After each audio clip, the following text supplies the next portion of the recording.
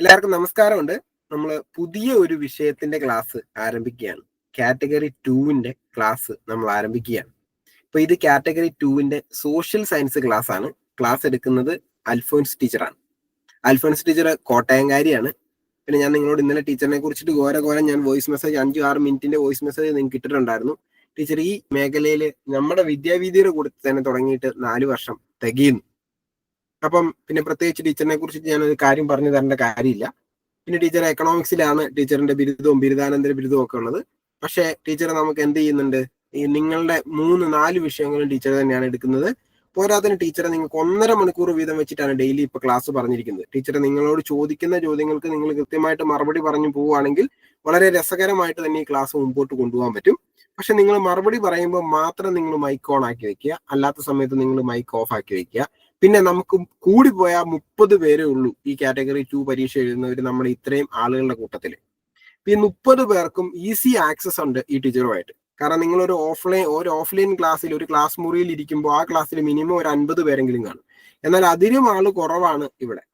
അപ്പൊ ഈ 30 പേർക്കും ടീച്ചറിനെ നിങ്ങൾക്ക് എന്ത് ചെയ്യാൻ പറ്റും, നേരിട്ടൊരു ഒരു സംശയങ്ങൾ തീർത്ത് മുന്നോട്ട് പോകാൻ പറ്റും. ഒരുപാട് ആളുകളൊന്നുമില്ല, പേരെടുത്ത് വിളിച്ച് നിങ്ങൾക്ക് മുന്നോട്ട് പോകാൻ പറ്റും. ടീച്ചർ അങ്ങനെ ക്ലാസ്സുകൾ കൈകാര്യം ചെയ്യുന്ന ആളുമാണ്. പിന്നെ ഞാൻ നിങ്ങളോട് മുൻപേ പറഞ്ഞിരുന്നു, ഒരാളെങ്കിൽ ഒരാൾ അവർക്ക് വേണ്ടിയിട്ട് നമ്മൾ ക്ലാസ് നടത്തുമെന്ന് പറഞ്ഞിരുന്നു. അപ്പൊ ഈ ക്ലാസ്സുകളൊക്കെ റെക്കോർഡ് ചെയ്യുന്നുണ്ടെങ്കിലും നിങ്ങൾക്ക് ലൈവ് ക്ലാസ്സിൽ പങ്കെടുക്കുന്നതിന്റെ ഗുണം റെക്കോർഡഡ് ക്ലാസ്സിൽ കിട്ടില്ല. ഇന്ന് മുതൽ നമ്മൾ കാറ്റഗറി 2-ന്റെ ക്ലാസ്സുകൾ ആരംഭിക്കുകയാണ്. കാറ്റഗറി 2-ന്റെ സോഷ്യൽ സയൻസ് ക്ലാസ്സിന്റെ സമയം എല്ലാ ദിവസവും 7 മണി മുതലായിരിക്കും. 8:30 വരെയാണ് നമ്മളിപ്പോൾ സമയം ഇട്ടിരിക്കുന്നത്. ചിലപ്പോൾ അങ്ങോട്ടോ ഇങ്ങോട്ടോ ഒക്കെ നമ്മൾ ചില ദിവസം മാറാൻ സാധ്യതയുണ്ട്. പിന്നെ വ്യാഴാഴ്ച ഒരു ദിവസം നിങ്ങൾക്ക് ക്ലാസ് ഉണ്ടായിരിക്കില്ല. അതുകൊണ്ടാണ് നമ്മൾ 7 മണി തൊട്ട് ആക്കിയേക്കുന്നത്.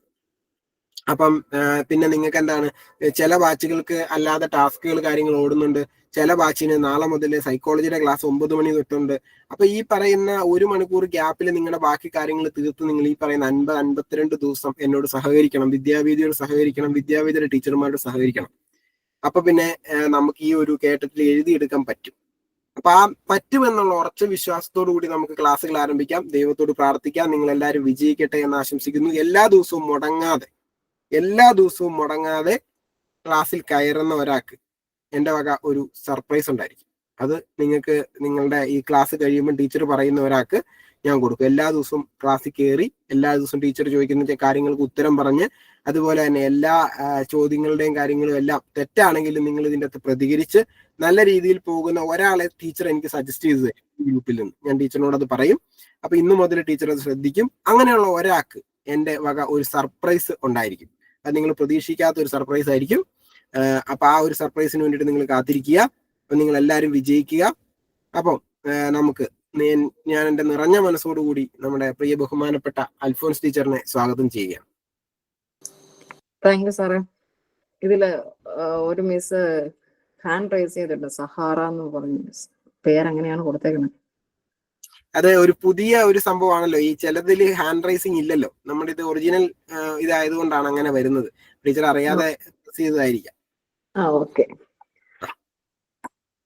അപ്പൊ എല്ലാവർക്കും നമസ്കാരം. നമ്മള് ഇന്ന് തൊട്ട് സോഷ്യൽ സയൻസിന്റെ സെക്ഷൻ സ്റ്റാർട്ട് ചെയ്യാണ്. ക്ലാസ് എടുക്കുന്ന സമയത്ത് നിങ്ങൾക്ക് എന്തെങ്കിലും ഡൗട്ട് ഉണ്ടെങ്കിൽ അപ്പോൾ തന്നെ നിങ്ങൾക്ക് ചോദിക്കാം. അതുപോലെ തന്നെ ചോദിക്കുമ്പോൾ നിങ്ങൾക്ക് പറയുന്ന ഉത്തരം തെറ്റാണെങ്കിൽ പോലും കുഴപ്പമില്ല, നിങ്ങൾ അതിനെ റെസ്പോണ്ട് ചെയ്യാതിരിക്കരുത്. ക്ലാസ് എടുക്കുന്ന സമയത്ത് സ്പീഡ് കൂടിയിട്ടുണ്ടെങ്കിൽ അത് നിങ്ങൾ പറയുക. ഇപ്പം സ്ക്രീൻ ഷെയറിങ് ആയതുകൊണ്ട് തന്നെ ചിലപ്പോൾ നിങ്ങൾ മെസ്സേജ് അയച്ചു കഴിഞ്ഞാൽ എനിക്ക് ഒരുപക്ഷെ കാണാനായിട്ട് സാധിക്കില്ല. അപ്പം ജസ്റ്റ് മൈക്ക് ഓൺ ആക്കിയിട്ട് കാര്യം പറയാം. എന്തെങ്കിലും ഡൗട്ട് ഉണ്ടെങ്കിൽ അന്ന് ആ ഒരു ക്ലാസ് വൈൻഡപ്പ് ചെയ്യുന്ന ഒപ്പം തന്നെ അത് തീർത്തു പോകാനായിട്ട് ശ്രമിക്കുക. അതോടൊപ്പം തന്നെ നിങ്ങൾക്ക് ഇന്നിപ്പം നമ്മൾ സ്റ്റാർട്ട് ചെയ്യുന്ന ജോഗ്രഫിയിലാണ് സ്റ്റാർട്ട് ചെയ്യുക. അതോടൊപ്പം തന്നെ നിങ്ങൾക്ക് എല്ലാ ദിവസവും ഒരു 2 വീഡിയോസ് വെച്ച് നമ്മുടെ ആപ്ലിക്കേഷനിൽ ക്ലാസ് കാണാനായിട്ട് തരുന്നതായിരിക്കും. അപ്പോൾ ആ ഒരു ക്ലാസ് കണ്ടു കഴിഞ്ഞു കഴിഞ്ഞാൽ പിറ്റേ ദിവസം, അതായത് നെക്സ്റ്റ് ഡേ നമ്മൾ ലൈവ് സെക്ഷനിൽ വരുമ്പോൾ അതുമായി ബന്ധപ്പെട്ട് ക്വസ്റ്റ്യൻസ് ഉണ്ടായിരിക്കുന്നതായിരിക്കും. ലൈവ് ക്ലാസ്സുമായി ബന്ധപ്പെട്ടിട്ടുള്ള ക്വസ്റ്റ്യനും ഉണ്ടായിരിക്കും. അതുപോലെ നിങ്ങൾക്ക് കാണാനായിട്ട് പറയുന്ന ടോപ്പിക്കുമായി ബന്ധപ്പെട്ടിട്ടുള്ള ക്വസ്റ്റ്യൻസ് നിങ്ങളുടെ അടുത്ത് ചോദിക്കുന്നതായിരിക്കും. കൃത്യമായ രീതിയിൽ തന്നെ പഠിച്ചു പോകാനായിട്ട് ശ്രമിക്കുക. കാരണം നമുക്ക് പരീക്ഷയുടെ തലേദിവസം ഇരുന്ന് നമുക്ക് നോക്കി തീർക്കാൻ പറ്റുന്ന ഒരു സബ്ജക്റ്റ് അല്ല സോഷ്യൽ സയൻസ് എന്ന് പറഞ്ഞാൽ. കുറച്ചേറെ വൈഡ് ആയിട്ടുള്ള ഒരു ടോപ്പിക്കുകളാണ് നിങ്ങൾക്ക് കവർ ചെയ്യാനുള്ളത്. അപ്പം കൃത്യമായ രീതിയിൽ പഠിച്ചു പോകാനായിട്ട് ശ്രമിക്കുക. നമുക്ക് സ്റ്റാർട്ട് ചെയ്യാം. സാറേ തുടങ്ങിക്കോട്ടെ? തുടങ്ങിക്കോ. ടീച്ചറെ ക്ലാസ് കഴിയുമ്പം എനിക്കൊരു മെസ്സേജും കൂടി കിട്ടണേ. കാരണം ഞാൻ അഖില ടീച്ചറിന്റെ ക്ലാസ് ഉള്ളതുകൊണ്ട് അത് ഒന്ന് തുടങ്ങുമല്ലേ. അപ്പൊ അതുകൊണ്ട് ഞാൻ 7:30 ആകുമ്പോൾ അങ്ങോട്ടേക്ക് പോകും. ക്ലാസ് തീർന്നു കഴിയുമ്പോൾ ടീച്ചർ എനിക്കൊരു മെസ്സേജ് ഇട്ടാൽ ഞാൻ കയറി റെക്കോർഡ് ഓഫ് ചെയ്തോളാം. അതിനിടയ്ക്ക് എന്തെങ്കിലും ഇഷ്യൂ ഉണ്ടെങ്കിൽ എനിക്കൊരു മെസ്സേജ് ഇട്ടാൽ മതി. ഓക്കെ ടീച്ചറിനെ ഞാൻ ഏൽപ്പിക്കുകയാണ്. എന്റെ പിള്ളേരെ ഞാൻ നിങ്ങളെ ഏൽപ്പിക്കുകയാണ്. എന്റെ പിള്ളേരെ എങ്ങനെയും ജയിപ്പിച്ചു തന്നേക്കണം. ജയിപ്പിക്കാം.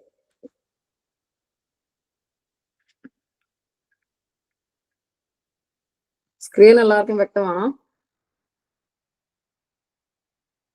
മെസ്സേജ് അയക്കരുത്. ആരെങ്കിലും ഒരാൾ മൈക്ക് ഓൺ ആക്കി.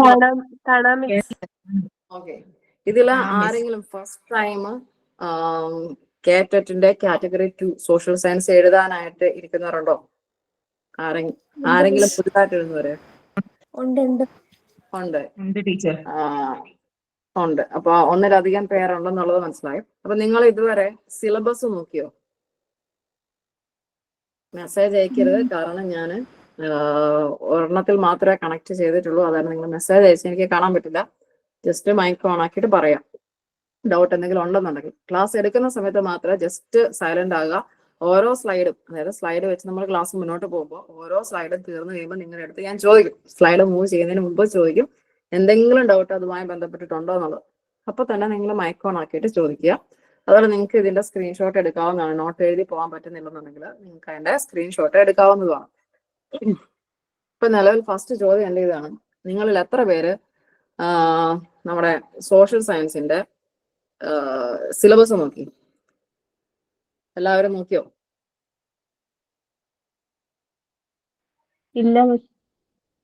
ഇല്ല. എത്ര പേര് നോക്കാത്തതുണ്ട്?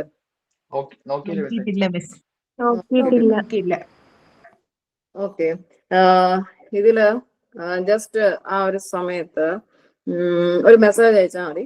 നിങ്ങളിൽ എത്ര പേര് ഫസ്റ്റ് ടൈം അറ്റൻഡ് ചെയ്യുന്നുണ്ട്? അതായത് ഈ പറയുന്ന കാറ്റഗറി 2ന്റെ സോഷ്യൽ സയൻസിന്റെ എക്സാം ഫസ്റ്റ് ടൈം അറ്റൻഡ് ചെയ്യുന്നവർ എത്ര പേരുള്ളതെന്ന് ജസ്റ്റ് മെസ്സേജ് അയക്കാം. മെസ്സേജ് അയച്ചിട്ട് അയച്ചാൽ മതി, ഞാൻ നോക്കിക്കോളാം. അപ്പൊ നമുക്ക് ഫസ്റ്റ് സ്റ്റാർട്ട് ചെയ്യുന്നത് ജോഗ്രഫിയിൽ നിന്ന് സ്റ്റാർട്ട് ചെയ്യുന്നതിന് പകരം നമുക്ക് സിലബസ്, സോഷ്യൽ സയൻസിന്റെ സിലബസ് ഒന്ന് ജസ്റ്റ് നോക്കിയിട്ട് നമുക്ക് അതിലോട്ട് പോവാം.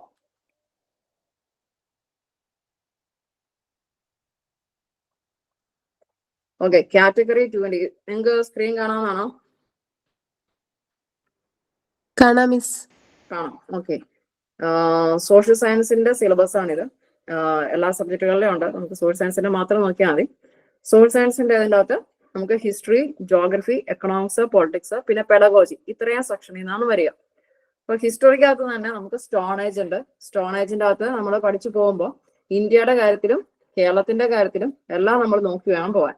കാരണം സ്റ്റോൺ ഏജ് പിന്നീട് ഒരു ടോപ്പിക്കായിട്ട് പോയാൽ അതുപോലെ ഈ പറയുന്ന പുരാതന കാലഘട്ടത്തെയും പ്രാചീന കാലത്തിലെയും ചില സ്മാരകങ്ങൾ ലോകത്തിലുള്ളതും ഇന്ത്യയിലുള്ളതും കേരളത്തിലുള്ളതും കൂടെ കണക്ട് ചെയ്ത് നമ്മൾ പഠിച്ചു പോവുകയാണെങ്കിൽ നമുക്കത് മൈൻഡിൽ നിന്നോളും. പിന്നെ സിവിലൈസേഷന്റെ കാര്യം, സിവിലൈസേഷൻ നമുക്ക് കാണാൻ സാധിക്കും. ഓക്കെ. ഇത് category, just 1 minute. Okay. Category 2 ആണ്. സിവിലൈസേഷൻ ഉണ്ട്. സിവിലൈസേഷൻ നല്ല രീതിയിൽ തന്നെ ക്വസ്റ്റ്യൻസ് വരുന്നതാണ്. പ്രധാനമായിട്ടും ഈ പറയുന്ന സിന്ധു നദീതര സംസ്കാരവും മെസോപ്പൊട്ടോമിയൻ സംസ്കാരവുമാണ് നമുക്ക് കൂടുതലും വരിക.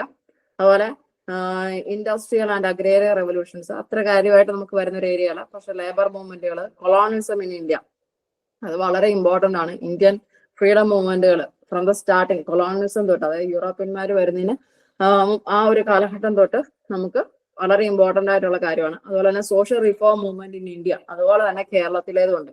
നമ്മുടെ ഹിസ്റ്ററിക്കകത്ത് ഇന്ത്യയിലെ എന്തെല്ലാം പഠിക്കുന്നുണ്ടോ അതേ സെയിം കാര്യങ്ങൾ തന്നെ നമുക്ക് കേരളത്തിലും പഠിക്കാനുണ്ടെന്നുള്ള ഓർക്കുക. അതുപോലെ ജോഗ്രഫിയുടെ കാര്യം, ജോഗ്രഫി എന്ന് പറയുന്നത് പൊതുവെ നമുക്ക് എല്ലാവർക്കും തന്നെ കുറച്ച് ബുദ്ധിമുട്ടായിരിക്കും. കാരണം ഒന്ന് നമ്മൾ ഈവൻ +2 ഹ്യൂമാനിറ്റീസ് എടുത്ത് പഠിച്ചവരാണെങ്കിൽ പോലും അതിനകത്ത് നമുക്ക് വളരെ ചുരുക്കം പേര് മാത്രമേ ജോഗ്രഫി ഒരു സബ്ജക്റ്റ് ആയിട്ട് പഠിച്ചിട്ടുണ്ടാവും. നമുക്ക് ജോഗ്രഫിയുടെ കണക്ഷൻ ഓൾമോസ്റ്റ് 10ാം ക്ലാസ്സോട് കൂടി തീർന്നതാണ്. അപ്പൊ അത് പഠിക്കാനായിട്ട് കുറച്ച് പാടായിരിക്കും. അതുകൊണ്ട് തന്നെ നമ്മളത് ഫസ്റ്റ് സ്റ്റാർട്ട് ചെയ്യുന്നത് തന്നെ ജോഗ്രഫിയിലാണ് സ്റ്റാർട്ട് ചെയ്യുക. പഠിച്ചു പോകുമ്പോൾ എന്തെങ്കിലും ഡൗട്ട്സ് ഉണ്ട് എന്നുണ്ടെങ്കിൽ കൃത്യമായിട്ട് നോട്ട് ചെയ്ത് വെക്കുക. ക്ലാസ് കഴിയുമ്പോഴോ അല്ലെങ്കിൽ അടുത്ത ക്ലാസ്സിന് മുമ്പായിട്ട് നിങ്ങളത് ചോദിച്ച് മനസ്സിലാക്കുക. ജോഗ്രഫി വളരെ ടഫാണ്. ഞാൻ സീരിയസ് ആയിട്ട് തന്നെ നിങ്ങളുടെ അടുത്ത് പറയണം, കുറച്ച് കാര്യമായിട്ട് നോക്കണം ജോഗ്രഫിയുടെ കാര്യം. ഓരോ ടേമുകളും ഓരോ കാര്യങ്ങളും പ്രഷർ ബെൽസും കാര്യങ്ങളും ഒക്കെ ഉണ്ട്. അപ്പൊ അത് അങ്ങ് ഇങ്ങ് മാറിപ്പോവാനുള്ള ചാൻസ് ഉണ്ട്. അപ്പം പഠിക്കുമ്പോൾ അത് കൃത്യമായിട്ട് തന്നെ പഠിച്ചു പോവുക. പിന്നീടുള്ള എക്കണോമിക്സിന്റെ അകത്തെ മെയിൻ ആയിട്ട് നമുക്ക് നോക്കേണ്ടത് എന്നാന്ന് വെച്ച് കഴിഞ്ഞാൽ 5 ഇയർ പ്ലാൻ എന്ന് പറയുന്നത് വളരെ ഇമ്പോർട്ടന്റ് ആണ്. അതുപോലെ ബാങ്കിങ്ങിന്റെ സെക്ഷനും 5 ഇയർ പ്ലാനും ബാങ്കിങ്ങിന്റെ സെക്ഷനുമാണ് ഏറ്റവും ഇമ്പോർട്ടന്റ് ആയിട്ടുള്ളത്. അതുപോലെ തന്നെ 5 ഇയർ പ്ലാനുമായി ബന്ധപ്പെട്ടിട്ടുള്ള കുറച്ച് വ്യക്തികളും കാര്യങ്ങളും ഉണ്ട്, അതെല്ലാം നമ്മൾ നോക്കി വെക്കണം. അതുപോലെ പൊളിറ്റിക്കൽ സയൻസിന്റെ അകത്ത് നമുക്ക് ഇമ്പോർട്ടന്റ് എന്ന് പറയുന്നത് ഒന്ന് നമ്മുടെ കോൺസ്റ്റിറ്റ്യൂഷനുമായി ബന്ധപ്പെട്ട കാര്യങ്ങൾ വളരെ ഇമ്പോർട്ടന്റ് ആണ്. അതുപോലെ തന്നെ ഇലക്ഷൻ കമ്മീഷന്, ദെൻ പാർട്ടീസിന്റെ ഫംഗ്ഷൻ എന്താണ്, പൊളിറ്റിക്കൽ പാർട്ടീസിന്റെ ഫംഗ്ഷൻ എന്താണ്, ഡെമോക്രസികൾ തന്നെ ഡയറക്റ്റ് ഡെമോക്രസി ഉണ്ട്, ഇൻഡയറക്റ്റ് ഡെമോക്രസി ഉണ്ടെന്നുള്ള അറിയാം. അതിൻ്റെതായ രീതിയിൽ തന്നെ ഇലക്ഷന്റെ പ്രൊസീജിയേഴ്സിലും അവർക്ക് മാറ്റമുണ്ട്. അപ്പൊ അതെല്ലാം ഇമ്പോർട്ടന്റ് ആണ്, അത് നോക്കണം. അതുപോലെ തന്നെ കോൺസ്റ്റിറ്റ്യൂഷനുമായി ബന്ധപ്പെട്ട് ഫണ്ടമെന്റൽ റൈറ്റ്, ഫണ്ടമെന്റൽ ഡ്യൂട്ടീസ്, അതുപോലെ directive principles of States policy, അങ്ങനെ പറഞ്ഞ കുറേയേറെ പോയിന്റുകളുണ്ട് സ്ഥിരമായിട്ട് നമുക്ക് എക്സാമിനെ കണ്ടുവരുന്നത്. അതുപോലെ തന്നെ അതിന്റെ പ്രസന്റ്, അതായത് ഇപ്പം ഇലക്ഷൻ കമ്മീഷണർ ആരാണ്, അല്ലെങ്കിൽ സുപ്രീം കോടതി ചീഫ് ജസ്റ്റിസ് ആരാണ്, ഹൈക്കോടതി ചീഫ് ജസ്റ്റിസ് ആരാണ്, അതും നമുക്ക് ഈ പോളിറ്റിക്സിന്റെ കാര്യത്തിൽ നോക്കി പോകേണ്ടതുണ്ട്. പിന്നീടുള്ളത് പെഡഗോജിയാണ്. പെഡഗോജിക്കകത്ത് നമ്മൾ സബ്ജക്ട് റിലേറ്റഡ് ആയിട്ട് കുട്ടികളുടെ അടുത്ത് എങ്ങനെ നമ്മൾ ഉദ്ദേശിക്കുന്ന മാറ്റർ കൺവേ ചെയ്ത് എത്തിക്കാൻ പറ്റും. നമ്മൾ ബി.എഡിന്റെ ടൈമിൽ പഠിച്ചിട്ടുള്ള കാര്യങ്ങളാണ് ഇതിൽ വരിക. കരിക്കുലം എങ്ങനെയായിരിക്കണം എന്താ പറയാ, ആക്ടിവിറ്റീസ് പ്ലാൻ ചെയ്യേണ്ടത്, ഏതെല്ലാം രീതിയിലുള്ള ഇവാലുവേഷൻ പ്രോസസ്സുകളുണ്ട്, അതിന് എന്തെല്ലാം രീതിയിലുള്ള മോഡേൺ ടെക്നിക്സുകൾ യൂസ് ചെയ്യാം, അതുപോലെ ബ്ലൂംസ് ടാക്സോണമി, അങ്ങനെയൊക്കെ പറഞ്ഞ് നമുക്ക് സബ്ജക്ട് വൈസ് ഉണ്ടാവും. അപ്പൊ ഇത്രയും കാര്യങ്ങളാണ് നമുക്ക് സോഷ്യൽ സയൻസിന്റെ അകത്ത് വരിക. ഇതില് നമുക്ക് ഇപ്പൊ നിലവിൽ സിലബസിൽ കൊടുത്തിരിക്കുന്ന 12 മാർക്കിന്റെ ക്വസ്റ്റ്യൻ ഹിസ്റ്ററിയിൽ നിന്നും, 12 മാർക്കിന്റെ ജോഗ്രഫി, അതുപോലെ തന്നെ 8 മാർക്കിന്റെ ക്വസ്റ്റ്യൻ എക്കണോമിക്സിന്റെ അകത്തുനിന്ന്, 8 മാർക്കിന്റെ ക്വസ്റ്റ്യൻ പൊളിറ്റിക്സിന്റെ അകത്തുനിന്ന്, 20 മാർക്കിന്റേത് പെഡഗോജിക്കകത്തുനിന്ന്, അങ്ങനെയാണ് പറഞ്ഞിരിക്കുന്നത്. എന്നിരുന്നാൽ പോലും നമുക്ക് ഈ ഒരു ക്രൈറ്റീരിയയിൽ തന്നെ പോകണമെന്ന് യാതൊരുവിധ നിർബന്ധവും ഇല്ല. ചില വർഷങ്ങളിൽ ചില സബ്ജക്റ്റുകളിൽ നിന്ന് കുറച്ച് കൂടുതലായിട്ടായിരിക്കും ക്വസ്റ്റ്യൻസ് വരിക. ചില വർഷങ്ങളിലെ ചില സബ്ജക്റ്റുകൾ വളരെ കുറച്ച് 1-2 ക്വസ്റ്റ്യൻസ് മാത്രം വേണമെങ്കിലും വരാറുണ്ട്. അപ്പൊ നമുക്ക് ആ മാർക്കിന്റെ സ്കീം അനുസരിച്ച് എന്നാൽ അത് പഠിക്കാം എന്ന് വെച്ച് കഴിഞ്ഞാൽ കാര്യം നടക്കില്ല. കാരണം നിങ്ങൾ പ്രീവിയസ് ഇയറിലെ ക്വസ്റ്റ്യൻ പേപ്പർ ഒക്കെ നോക്കിയിട്ടുണ്ടെങ്കിൽ നിങ്ങൾക്ക് കാര്യം മനസ്സിലാവും. അപ്പൊ ഏകദേശം സിലബസിന്റെ കാര്യം മനസ്സിലായോ? എന്താണ് സിലബസ്, എങ്ങനെയാണ് എന്നുള്ളത് മനസ്സിലായോ? മനസ്സിലായി യെസ് മനസ്സിലായി. ഓക്കെ, അപ്പൊ നമുക്ക് സ്റ്റാർട്ട് ചെയ്യാം. ഫസ്റ്റ് തന്നെ ജോഗ്രഫി സ്റ്റാർട്ട് ചെയ്യുന്നതിന് ഹലോ പറഞ്ഞോളൂ. മിസ് ഒരു കാര്യം ചോദിച്ചോട്ടെ, നമ്മളിപ്പോ കാറ്റഗറി 1ഉം 2ഉം എഴുതുകയാണെങ്കിൽ 1ല് ഹിസ്റ്ററി ഇത് വരുന്നുണ്ടോ? EVSന്റെ പോർഷൻ എന്ന് പറയുന്ന കാറ്റഗറി 1ല് സിലബസ് വളരെ കുറവാണ് വരിക. മിസ് സിലബസ് നോക്കിയിരുന്നോ? ഞാൻ ഒരുപാട് കാലമായി എഴുതണു, സർവീസിലുള്ള ടീച്ചറാണ്. പക്ഷെ ഞാൻ സിലബസ് വെച്ചൊന്നും പഠിക്കാറില്ല, ജസ്റ്റ് പഠിച്ചിട്ട് പോകും. അങ്ങനെയാണ് ഞാൻ സിലബസ് ഇപ്പോഴാണ് എടുക്കുന്നത്. അതുകൊണ്ട് ഉറപ്പായിട്ടും നിങ്ങളിപ്പം ഏത് എക്സാം എഴുതുകയാണെന്നുണ്ടെങ്കിലും ഫസ്റ്റ് നിങ്ങൾ നോക്കേണ്ട കാര്യം എന്ന് പറയുന്നത് സിലബസ് എടുത്ത് നോക്കുക എന്നുള്ളതാണ്. കാരണം നമ്മൾ വലിച്ചു വാരി അവിടെ നിന്ന് ഇവിടെ നിന്നും പഠിച്ചിട്ട് കാര്യമില്ല. ഫസ്റ്റ് നമ്മൾ നോട്ട് ചെയ്യേണ്ടത് സിലബസ് എന്താണ്, ആ സിലബസിൽ പറഞ്ഞിരിക്കുന്ന കാര്യമാണ് മെയിൻ ആയിട്ട് നമ്മൾ പഠിച്ചു വെക്കേണ്ടത്. കാറ്റഗറി 1 നിൽക്കുന്ന പഠിക്കുന്ന ഒരാളെ സംബന്ധിച്ച് കാറ്റഗറി 2വിന്റെ അത്രയും സോഷ്യൽ സയൻസിന് കാറ്റഗറി 2 പഠിക്കേണ്ട അത്രയും പോർഷൻസ് കാറ്റഗറി 1ൽ പഠിക്കാനില്ല. കാരണം കാറ്റഗറി 2 എന്ന് പറയുന്നത് സോഷ്യൽ സയൻസ് എടുക്കുമ്പോൾ അത് സ്പെഷ്യലൈസ് ചെയ്ത് വെച്ചിരിക്കുകയാണ്. സബ്ജക്ട് സ്പെഷ്യലൈസ് ചെയ്തു സോഷ്യൽ സയൻസ് എന്നുള്ളത്. അപ്പൊ അത് കുറച്ചും കൂടെ ഡീറ്റെയിൽഡ് ആയിട്ട് പഠിക്കണം. ഇതേ സെയിം ആള് പോയി കാറ്റഗറി 3 എഴുതുമ്പോൾ ആ സോഷ്യൽ സയൻസിന്റെ സിലബസ് അല്ല അവിടെ വരിക. കുറച്ചുകൂടെ ഡീറ്റെയിൽഡ് ആയിട്ട് വേണം കാറ്റഗറി 3 പഠിക്കാനായിട്ട്. വ്യത്യാസമുണ്ട്. ഇതേ സോഷ്യൽ സയൻസിന്റെ അകത്തുനിന്ന് ഇപ്പൊ പഠിക്കുന്നതിന്റെ അകത്തുനിന്ന് അപ്പുറം കാറ്റഗറി 1ൽ വരില്ല. കാറ്റഗറി 2ല് ഇപ്പൊ സോഷ്യൽ സയൻസ് പഠിക്കുന്ന ഒരാളെ സംബന്ധിച്ച് കാറ്റഗറി 1ന്റെ എക്സാം എഴുതാൻ പോകുമ്പോൾ 2ൽ പഠിച്ചതിനപ്പുറം ഒരു ക്വസ്റ്റ്യൻ സോഷ്യൽ സയൻസിന്റെ കാര്യത്തിൽ വരാൻ സാധ്യത കുറവാണ്. കാരണം അവർക്ക് കാറ്റഗറി 1ന് ഇത്രയേറെ സിലബസ് സോഷ്യൽ സയൻസിൽ പഠിക്കാനില്ല. ആ സംശയം ചോദിച്ച മിസ് ഏതായിരുന്നു? മീന ഞാൻ കഴിഞ്ഞോണം മിസ്സിന്റെ ക്ലാസ്സിലുണ്ടായിരുന്നു, പക്ഷെ എനിക്ക് അങ്ങ് കംപ്ലീറ്റ് ചെയ്യാൻ പറ്റിയില്ല. ഓക്കെ. ഇപ്പൊ നിലവിലെ സർവീസിലുള്ള ഏതെങ്കിലും അധ്യാപകർ ഉണ്ടോ നിലവിൽ ഇപ്പം ക്ലാസ്സിൽ ജോയിൻ ചെയ്തിട്ടുള്ളത്? ഞാനുണ്ട്. വേറെ ആരെങ്കിലും? ഞാനുണ്ട്. ഉണ്ട്. അപ്പൊ എല്ലാവർക്കും വളരെ ഇമ്പോർട്ടന്റ് ആയിട്ടുള്ള എക്സാം ആണെന്നുള്ളത് ഓർത്ത് വെക്കുക. കൃത്യമായ രീതിയിൽ പഠിക്കുക. ഡൗട്ട്സ് എന്തെങ്കിലും ഉണ്ടെങ്കിൽ നിങ്ങൾക്ക് അപ്പോൾ ചോദിക്കാവുന്നതാണ്. നിങ്ങൾ ഡൗട്ട്സ് ചോദിക്കാതെ ഇരുന്ന് മുന്നോട്ട് പോകാൻ നിൽക്കണ്ട. കൃത്യമായിട്ട് തന്നെ ചോദിക്കുക. ഇതിൽ കാറ്റഗറി 3 എഴുതുന്ന ആരെങ്കിലും ഉണ്ടോ? 2 അല്ലാതെ 3 എഴുതുന്നവരുണ്ടോ? ഇല്ല. ഓക്കെ. ഉണ്ട് മിസ്സേ, ഞാൻ എഴുതുന്നുണ്ട്. അതായത് ടീച്ചറാ? ഓ, ടീച്ചറിന്റെ പേരെന്താ? ജീഷ്മ. എന്തോ? ജീഷ്മ. ജീഷ്മ. ഓക്കെ. ഈ സബ്ജക്ട് കുറച്ചുകൂടെ ഡീറ്റെയിൽ ആയിട്ട് ടീച്ചർ നോക്കുക. ഓക്കെ മിസ്സേ. ഓക്കെ, അപ്പൊ നമുക്ക് സ്റ്റാർട്ട് ചെയ്യാം. ഫസ്റ്റ് തന്നെ ജോഗ്രഫി. ജോഗ്രഫിയുടെ കാര്യത്തില് ജോഗ്രഫിയുമായി ബന്ധപ്പെട്ട് അടിസ്ഥാനപരമായിട്ടുള്ള ചില കാര്യങ്ങൾ നമ്മൾ ഓർത്തിരിക്കുന്നത്. ഫസ്റ്റ് തന്നെ ഭൂമിശാസ്ത്രം അല്ലെങ്കിൽ ജോഗ്രഫി എന്ന് പറയുന്നത് ഭൂമിയെ കുറിച്ചും അതുപോലെ ഭൂമിയുടെ ഉപരിതലത്തിലുള്ള വസ്തുക്കള്, അതിന്റെ ഭൗതികവും അല്ലെങ്കിൽ ഫിസിക്കലും കെമിക്കലുമായിട്ടുള്ള മാറ്റങ്ങളെ കുറിച്ചും അതിന്റെ സ്വഭാവ സവിശേഷതകളെ കുറിച്ചൊക്കെ പഠിക്കുന്ന ഒരു എന്താ പറയുക ഒരു സയന്റിഫിക് സ്റ്റഡിയാണ് ഭൂമിശാസ്ത്രം എന്ന് പറയുന്നത്. അതായത് ഭൂമിയുടെ ഉപരിതലം, ഭൂമിയുടെ ഉള്ളിലുള്ള അവസ്ഥ എന്താണ്, അതിന് ഭൗതികവും രാസപരവുമായിട്ട് എന്തെല്ലാം കെമിക്കൽ റിയാക്ഷൻസും കാര്യങ്ങളും ഉണ്ടാകുന്നുണ്ട്, അതാണ് ഭൂമിശാസ്ത്രത്തിൽ നമ്മൾ പഠിക്കുക. ഈ പറയുന്ന ജോഗ്രഫി എന്ന പദം വന്നിട്ടുള്ളത് ഗ്രീക്ക് വാക്കിൽ എന്നുള്ള ഓർമ്മിക്കുക. അത് റിപ്പീറ്റഡ് ക്വസ്റ്റ്യൻ ആണ്, ഓർത്തു വെക്കണം. ജോഗ്രഫി എന്ന പദം വന്നിട്ടുള്ളത് ഗ്രീക്ക് വാക്കായിട്ടുള്ള ജിയോ അതുപോലെ ഗ്രാഫിയ, ഈ 2 പദങ്ങളിൽ നിന്നാണ് വന്നിട്ടുള്ളത്. ജിയോ എന്ന് പറയുന്ന വാക്കിന്റെ അർത്ഥം ഭൂമി എന്നും ഗ്രാഫിയ എന്ന് പറയുന്ന വാക്കിന്റെ അർത്ഥം വിവരണം എന്നുമാണ്. അപ്പൊ ഓർമ്മിക്കുക, ജോഗ്രഫി എന്ന് പറയുന്ന വാക്ക് വന്നിട്ടുള്ളത് ഗ്രീക്ക് വാക്കിൽ നിന്നാണ്. 2 ഗ്രീക്ക് വാക്കുകൾ നിന്നാണ് ജോഗ്രഫി വന്നിട്ടുള്ളത്. ഒന്ന് ജിയോയും മറ്റൊന്ന് ഗ്രാഫിയായും. അതിൽ ജോഗ്രഫി എന്ന പദം ആദ്യമായിട്ട് ഉപയോഗിച്ചത് ആരാന്ന് ചോദിച്ചിട്ടുണ്ട്. ഇറാത്തോസ്തനീസ് ആണ്. ഇറാത്തോസ്തനീസ് ആണ് ജോഗ്രഫി എന്ന പദം ഏറ്റവും ആദ്യമായിട്ട് ഉപയോഗിച്ചിട്ടുള്ളത്. ഈ സെയിം വ്യക്തി തന്നെയാണ് നമ്മുടെ ഭൂമിയുടെ ചുറ്റളവ് ഏറ്റവും ആദ്യമായിട്ട് കണ്ടുപിടിച്ചത്. ഭൂമിയുടെ ചുറ്റളവ് ആദ്യമായിട്ട് കണ്ടുപിടിച്ചത് ആരെ എന്ന് ചോദിക്കാറുണ്ട്. അതും ഇറാത്തോസ്തനീസ് ആണ്, ഓർമ്മിക്കാം. അതുപോലെ ഇറാത്തോസ്തനീസിന്റെ ബുക്സ് ഏതാ ആണ് എന്നുള്ളത് ചോദിക്കാറുള്ളതാണ്. മിൻസ് ഹെർമിസ് എന്നീ പറയുന്ന 2 ബുക്കുകളും ഇറാത്തോസ്തനീസ് എഴുതിയിട്ടുള്ളതാണ്. അപ്പൊ ഈ ഫസ്റ്റ് സ്ലൈഡിൽ ഇത്രയാണ് പറഞ്ഞിട്ടുള്ളത്. ഭൂമിശാസ്ത്രം അല്ലെങ്കിൽ എന്ന് പറയുന്നത് എന്താണെന്ന് പഠിച്ചു. അതായത് ഭൂമിയുടെ ഉപരിതലം, ആ ഉപരിതലത്തിലെ വസ്തുക്കളുടെ ഭൗതികവും രാസപരവുമായിട്ടുള്ള മാറ്റങ്ങൾ, അവയുടെ സ്വഭാവ സവിശേഷതകൾ തുടങ്ങിയവയെ കുറിച്ചുള്ള പഠനശാഖയാണ് ഭൂമിശാസ്ത്രം എന്ന് പറയുന്നത്. അതുപോലെ ജോഗ്രഫി എന്ന് പറയുന്ന പദം ആദ്യമായിട്ട് വന്നത് ഗ്രീക്ക് വാക്കിൽ നിന്നാണ്. ജിയോ, ഗ്രാഫിയ, ഈ 2 വാക്കുകളിൽ നിന്നാണ് വന്നിട്ടുള്ളത്. ജോഗ്രഫി എന്ന പദം ഏറ്റവും ആദ്യമായിട്ട് ഉപയോഗിച്ച വ്യക്തി എന്ന് പറയുന്നത് ഇറാത്തോസ്തനീസ് ആണ്. ഈ ഇറാത്തോസ്തനീസ് തന്നെയാണ് ഭൂമിയുടെ ചുറ്റളവ് കണ്ടെത്തിയത്. പക്ഷെ ഈ ചുറ്റളവ് കണ്ടെത്താനായിട്ട് അദ്ദേഹം ഉപയോഗിച്ചതെന്ന് പറയുന്നത് സൂര്യരശ്മികൾ ഭൂമിയിൽ പതിക്കുന്ന കോണളവിനെ ആശ്രയിച്ചിട്ടാണ് ഇദ്ദേഹം ഭൂമിയുടെ ചുറ്റളവ് കണ്ടുപിടിച്ചത്. ഇദ്ദേഹത്തിന്റെ ഫേമസ് ആയിട്ടുള്ള, അതായത് ഇറാത്തോസ്തനീസിന്റെ ഫേമസ് ആയിട്ടുള്ള 2 ബുക്സുകളാണ് മിൻസും ഹെർമിസും ആണ് ഇദ്ദേഹത്തിന്റെ ഫേമസ് ബുക്കുകൾ എന്നുള്ള ഓർമ്മിക്കുക. കാരണം നമുക്ക് ബുക്കിന്റെ കാര്യം വളരെ ഇമ്പോർട്ടന്റ് ആണ്. കുറച്ച് മുന്നോട്ട് പോകുമ്പോൾ നമുക്ക് പല ബുക്കുകൾ നമുക്ക് ഓർത്ത് വെക്കാറുണ്ട്. അപ്പൊ ഈ ഫസ്റ്റ് സ്ലൈഡ് ഓക്കെ ആയോ?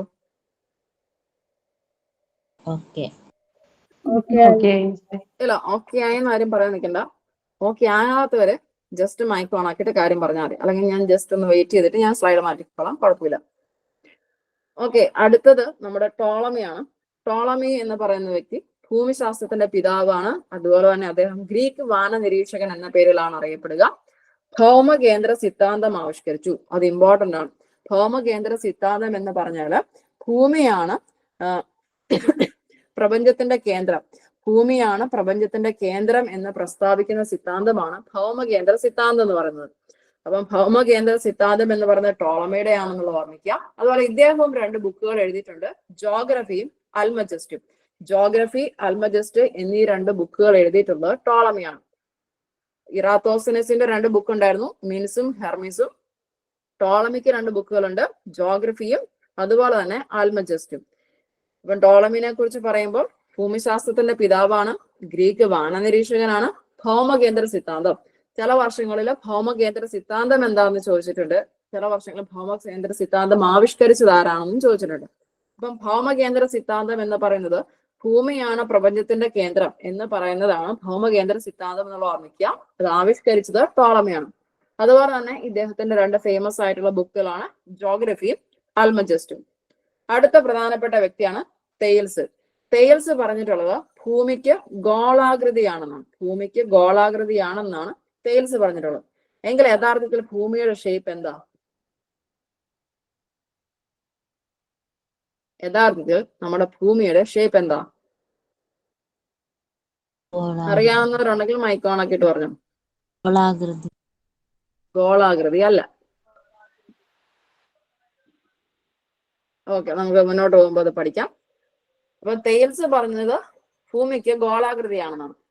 അതുപോലെ തന്നെ ഭൂമിക്ക് ഗോളാകൃതിയാണെന്ന് സ്ഥാപിച്ച മറ്റൊരു ഗ്രീക്ക് ചിന്തകന്മാരാണ് പൈതഗോറസും അരിസ്റ്റോട്ടിലും. പൈതഗോറസും അരിസ്റ്റോട്ടിലും തെയിൽസും ഒക്കെ പറഞ്ഞിട്ടുള്ളത് ഭൂമിക്ക് ഗോളാകൃതിയാണെന്നാണ്. നമ്മളും ഗോളാകൃതി എന്ന് തന്നെ പെട്ടെന്ന് പോയി ഉത്തരം എഴുതും. കാരണം ഭൂമി ഉരുണ്ടതാണ് എന്ന് ഒരു കൺസെപ്റ്റ് നമുക്കും ഉണ്ട്.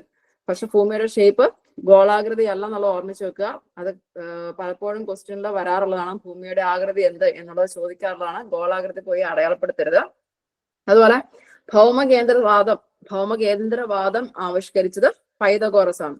ഇവിടെ 2 എണ്ണം കാണാം, ഭൗമകേന്ദ്ര സിദ്ധാന്തവും ഭൗമകേന്ദ്രവാദവും. ഭൗമകേന്ദ്ര സിദ്ധാന്തം എന്ന് പറയുന്നത് ടോളമിയുടെയും ഭൗമകേന്ദ്രവാദം എന്ന് പറയുന്നത് പൈതഗോറസിന്റെയാണ്. 2 തമ്മിൽ മാറിപ്പോരുത്. ഒന്ന് സിദ്ധാന്തവും മറ്റൊന്ന് വാദവും ആണെന്നുള്ളത് ഓർമ്മിച്ച് വെക്കുക. ഈ സ്ലൈഡ് ഓക്കെ ആയോ? ടോളമിയും തെയിൽസും. ഓക്കെ, അടുത്തത് കോപ്പർനിക്കസ്. കോപ്പർനിക്കസ് പറഞ്ഞത് സൂര്യകേന്ദ്ര സിദ്ധാന്തത്തിനെ കുറിച്ചാണ്. അതായത് സൂര്യനാണ് പ്രപഞ്ചത്തിന്റെ കേന്ദ്രം എന്നാണ് കോപ്പർനിക്കസ് പറഞ്ഞിട്ടുള്ളത്. അദ്ദേഹത്തിന്റെ ഫേമസ് ആയിട്ടുള്ള ബുക്കാണ് on the revolution of heavenly spheres എന്ന് പറയുന്നത്. On the revolution of heavenly spheres എന്നുള്ളതാണ് കോപ്പർനിക്കസിന്റെ ഫേമസ് ആയിട്ടുള്ള ബുക്ക് എന്ന് പറയുന്നത്. ഇദ്ദേഹവും, അതായത് ഈ കോപ്പർനിക്കസും ഭൂമിക്ക് ഗോളാകൃതിയാണെന്നുള്ള ആശയത്തെ സപ്പോർട്ട് ചെയ്തിട്ടുള്ള വ്യക്തിയാണ്. പിന്നെ മറ്റൊരാളാണ് ഭാരതീയ ജ്യോതിശാസ്ത്രജ്ഞനായിട്ടുള്ള ആര്യഭടൻ. അദ്ദേഹവും പറഞ്ഞു ഭൂമിക്ക് ഗോളാകൃതിയാണ്. പക്ഷെ എന്താ പ്രത്യേകത? ഒരു സാങ്കല്പിക അച്ചുതണ്ടിൽ അത് സ്വയം കറങ്ങുന്നു എന്നുകൂടി അദ്ദേഹം അഡീഷണൽ ആയിട്ട് കൂട്ടിച്ചേർത്തു. ഇതിനു മുമ്പ് പറഞ്ഞിട്ടുള്ള തെയിൽസ് ആണെങ്കിലും പൈതഗോറസ് ആണെങ്കിലും അരിസ്റ്റോട്ടിൽ ആണെങ്കിലും അതുപോലെ കോപ്പർനിക്കസും ഭൂമിക്ക് ഗോളാകൃതിയാണെന്ന് മാത്രമേ പറഞ്ഞുള്ളൂ. അതിന്റെ കൂടുതൽ അഡീഷണൽ ആയിട്ട് ആര്യഭടൻ പറഞ്ഞത് ഭൂമിക്ക് ഗോളാകൃതിയാണ്, പക്ഷെ എന്താ സംഭവം? സാങ്കല്പിക അച്ചുതണ്ടില് അത് സ്വയം കറങ്ങുന്നു എന്നുകൂടി പറഞ്ഞു. എന്നാൽ അതിനേക്കാളെല്ലാം ഉപരി പ്രധാനപ്പെട്ട ആളാണ് സർ ഐസക് ന്യൂട്ടൺ. ഇദ്ദേഹമാണ് ഭൂമിക്ക് കൃത്യമായ ഗോളാകൃതി അല്ല എന്ന് കണ്ടെത്തിയത്. അപ്പം ഭൂമിയുടെ ഗോളാകൃതി അല്ല, ജിയോയിഡ് ഷേപ്പ് ആണ്. ഇമ്പോർട്ടന്റ് ആണത്. ജിയോയിഡ് ഷേപ്പ് ആണ് ഭൂമിക്ക്. ജിയോയിഡ് എന്ന് വെച്ച് കഴിഞ്ഞാൽ ധ്രുവ പ്രദേശത്ത്, അതായത് പോളാർ റീജിയനില് അല്പം പരന്നും മധ്യഭാഗം അഥവാ ഇക്വേറ്ററിന്റെ ഭാഗത്ത് ചെറുതായിട്ട് വീർത്തതുമായ ഗോളാകൃതി എന്നതിനെയാണ് ജിയോയിഡ് എന്ന് പറയാം. അതായത് ധ്രുവ പ്രദേശത്ത് അല്പം പരന്നതും മധ്യഭാഗമാകുമ്പോഴത്തേനും ചെറുതായിട്ട് വീർത്തു നിൽക്കുന്നതുമായിട്ടുള്ള ഒരു ഷേപ്പിനെയാണ് ജിയോയിഡ് എന്ന് പറയാം. ആ ഒരു ഷേപ്പാണ് ഭൂമിക്ക് നിന്നാണ് സർ ഐസക് ന്യൂട്ടൺ പ്രസ്താവിച്ചിട്ടുള്ളത്. അപ്പൊ ജിയോയിഡ് ഷേപ്പ്, ഭൂമിക്ക് ഈ പറയുന്ന ജിയോയിഡ് ഷേപ്പ് വരാനുള്ള കാരണം എന്ന് പറയുന്നത് ഭൂഭ്രമണ ഫലമായിട്ടുണ്ടാകുന്ന അഭികേന്ദ്ര ബലമാണ്. അത് ഇമ്പോർട്ടന്റ് ആണ്, ഓർത്ത് വെക്കണം. അപ്പം ഐസക് ന്യൂട്ടൺ പറഞ്ഞിട്ടുള്ള 2 പോയിന്റുകൾ, അതായത് ഒന്ന് ജിയോയിഡ് ഷേപ്പ് പേര് ഓർത്തിരിക്കണം. ജിയോയിഡ് ഷേപ്പ് എന്ന് പറയുന്നതിന്റെ പ്രത്യേകത എന്താണെന്ന് ഓർത്തിരിക്കണം.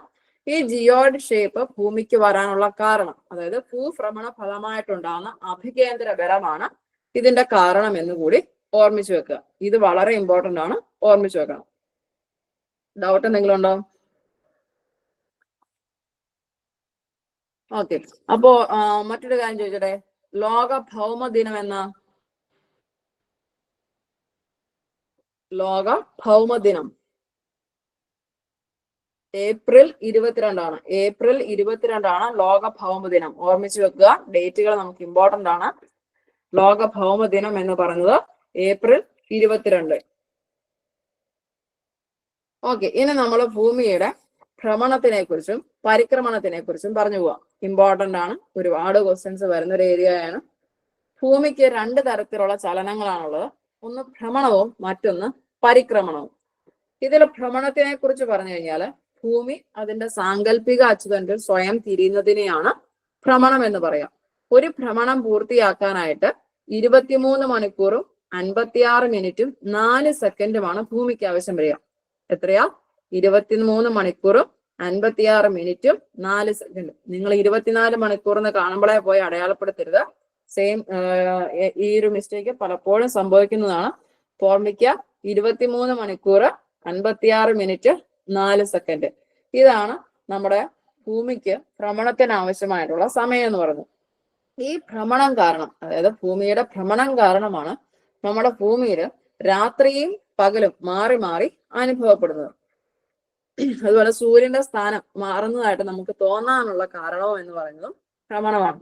അതായത് നമുക്ക് തോന്നും സൂര്യോദയം എന്ന് പറയുന്നത് സൂര്യൻ കിഴക്കുദിക്കുന്നു എന്നിട്ട് പോയി പടിഞ്ഞാറ് അസ്തമിക്കുന്നു, സൂര്യനാണ് കറങ്ങുന്നത് എന്നാണ് നമുക്ക് തോന്നുന്നത്. പക്ഷെ സൂര്യനല്ല, നമ്മുടെ ഭൂമിയാണ് കറങ്ങുന്നത്. ഭൂമിയുടെ ഈ പറഞ്ഞ രാത്രിയും പകലും മാറി മാറി അനുഭവപ്പെടാനുള്ള കാരണം ഭൂമിയുടെ ഭ്രമണമാണ്. ഭൂമിയുടെ ഭ്രമണം എന്ന് വെച്ചാൽ എന്താ? ഭൂമി അതിന്റെ സാങ്കല്പിക അച്ചുതണ്ടിലോ സ്വയം തിരിയുന്നതിനെയാണ് ഭ്രമണം എന്ന് പറയാം. ഈ ഒരു ഭ്രമണം മൂലമാണ് സൂര്യന്റെ സ്ഥാനം മാറുന്നതായിട്ട് നമുക്ക് തോന്നുന്നത്. അതുപോലെ തന്നെ ഭൂമിയുടെ ഭ്രമണ ദിശ ഓർത്തു വെക്കണം. പടിഞ്ഞാറ് നിന്ന് കിഴക്കോട്ടാണ് ഭ്രമണ ദിശ എന്ന് പറയുന്നത്. പടിഞ്ഞാറ് നിന്ന് കിഴക്കോട്ടാണ് ഭ്രമണ ദിശ. അതുപോലെ തന്നെ ഭ്രമണത്തിന്റെ ദൈർഘ്യം ഓർത്തു വെക്കണം. ഭൂമിയിലെ രാത്രിയും പകലും മാറി മാറി വരുന്നതിന്റെ കാരണം എന്ന് പറയുന്നത് ഭ്രമണമാണെന്നുള്ളത് ഓർമ്മിച്ചു വെക്കുക. ഈ പറയുന്ന ഭ്രമണം 23 മണിക്കൂറും 56 മിനിറ്റും 4 സെക്കൻഡും സമയമെടുത്ത് ഭൂമി ഭ്രമണം വെക്കുമ്പോൾ അതിന്റെ ഭ്രമണ വേഗത എന്ന് പറയുന്നത് ഏറ്റവും കൂടുതൽ ഭൂമധ്യരേഖയിലാണ്. ഭൂമധ്യരേഖയിലാണ് ഭ്രമണ വേഗത ഏറ്റവും കൂടുതൽ. കുറവ് എന്ന് പറഞ്ഞ ധ്രുവ പ്രദേശങ്ങളാണ്. ഭ്രമണ വേഗത കുറവ് ധ്രുവ പ്രദേശങ്ങളാണ്. നമ്മുടെ ഭൂമധ്യരേഖയുടെ ആക്സിസ് എത്രയാ വരിക? അതായത് ഡിഗ്രി എത്രയാ? ഭൂമധ്യരേഖ ആർക്കും അറിയില്ലേ? ഞാൻ പറയുന്നത് നിങ്ങൾക്ക് കേൾക്കാവോ? റെസ്പോൺസ് ഒന്നും ഇല്ലല്ലോ. മെസ്സേജ് അയക്കരുത്. ഞാൻ ഒന്നിലെ ലോഗിൻ ചെയ്തിട്ടുള്ളൂ. 0 ഡിഗ്രിയാണ്. ഓക്കെ, നിങ്ങള് ഞാൻ ചോദിക്കുമ്പം റെസ്പോൺസ് തരിക, മിണ്ടാണ്ടിരിക്കരുത്. നിങ്ങൾ പറയുന്നത് തെറ്റാണെങ്കിൽ പോലും കുഴപ്പമില്ല. തെറ്റ് ഉത്തരം പറഞ്ഞാൽ പോലും ഞാൻ വഴക്കോ കാര്യങ്ങളോ ഒന്നും ഞാൻ പറയില്ല. ഇതെന്താ നിങ്ങൾ പറയാത്ത, ഇതുപോലും അറിയത്തില്ലേ എന്ന് പോലും ഞാൻ ചോദിക്കില്ല. നിങ്ങൾ റെസ്പോണ്ട് ചെയ്യുക. റെസ്പോണ്ട് ചെയ്യാതെ മിണ്ടാണ്ടിരിക്കരുത്. പൊട്ടത്തെറ്റ് പറഞ്ഞാലും കുഴപ്പമില്ല. കാരണം ചോദിക്കുമ്പം കൃത്യമായ രീതിയിൽ ഉത്തരം പറയാം. എനിക്ക് നിങ്ങളുടെ എല്ലാവരുടെയും പേരറിയത്തില്ല, അല്ലെങ്കിൽ ഞാൻ പേര് ഞാൻ വിളിച്ചേനെ. 0 ഡിഗ്രിയാണ് ഭൂമധ്യരേഖയുടെ ആക്സിസ് വരിക. അത് ഓർത്ത് വെക്കുക. ഇക്വേറ്റർ അഥവാ ഭൂമധ്യരേഖ എന്ന് പറയുന്നത് 0 ഡിഗ്രിയാണ്. അതെല്ലാവരും ഓർത്ത് വെക്കണം. ഇനി മുന്നോട്ട് പോകുമ്പോൾ നമ്മൾ ഉത്തരായന രേഖ അഥവാ ട്രോപ്പിക് ഓഫ് കാപ്രിയാണ്, ട്രോപ്പിക് ഓഫ് ക്യാൻസർ, അതുപോലെ equator, arctic circle, antarctic circle, അങ്ങനെ പറഞ്ഞ കുറെ സാധനങ്ങൾ പഠിക്കുന്നുണ്ട്. അപ്പൊ മാക്സിമം അതിന്റെ അറ്റ്ലീസ്റ്റ് ഇക്വേറ്ററിന്റെയും ട്രോപ്പിക് ഓഫ് ക്യാൻസറിന്റെയും ഡിഗ്രി കൃത്യമായിട്ടും ഓർത്ത് വെക്കാനായിട്ട് ശ്രമിക്കുക.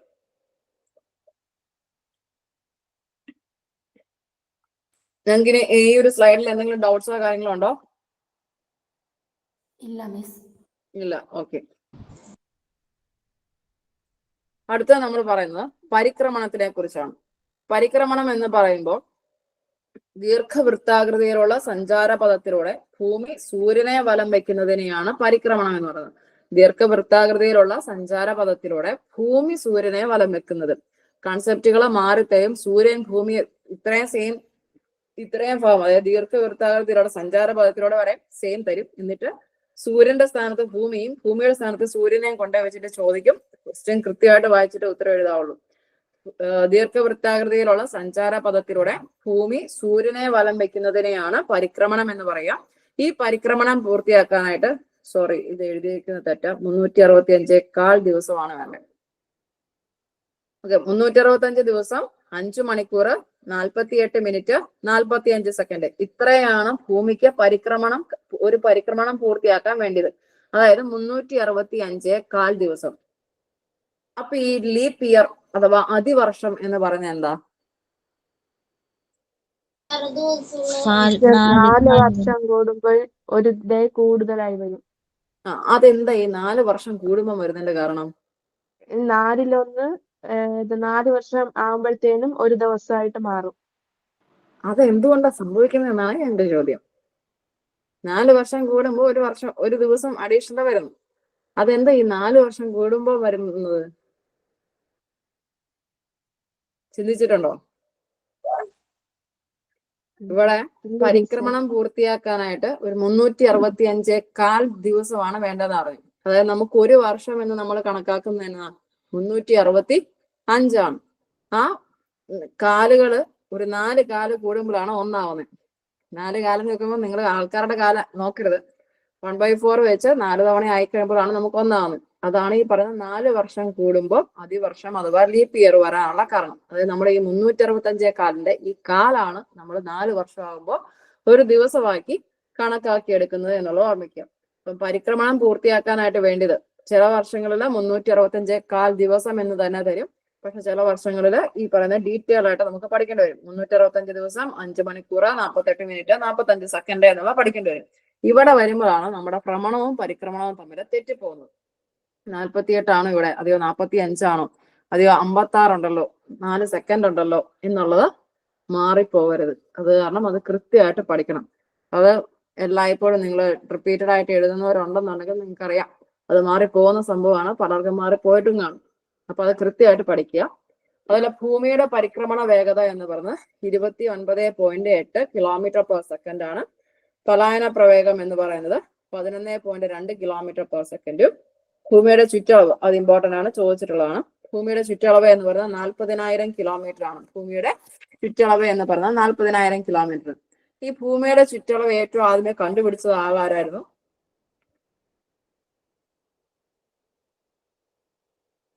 ആഹാ, നിങ്ങൾ ഫസ്റ്റ് ക്ലാസ്സിൽ തന്നെ ഉറപ്പായോ? നോക്കട്ടെ. മെറിൻ എന്ന് പറഞ്ഞ മിസ് ഉണ്ടോ അതിൻ്റെ അകത്ത്? പേരുണ്ട്, ഞാൻ എഴുതി വെച്ചിട്ടുണ്ട്.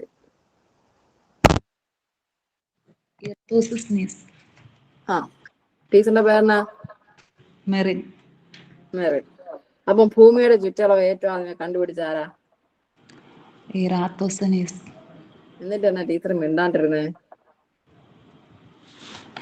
ടീച്ചർ യാത്രയിൽ വല്ലതും അല്ല അല്ല അല്ല. അപ്പം പിന്നെ എന്താ മൈക്ക് ഓൺ ആക്കിയിട്ട് പറയായിരുന്നു ടീച്ചറെ?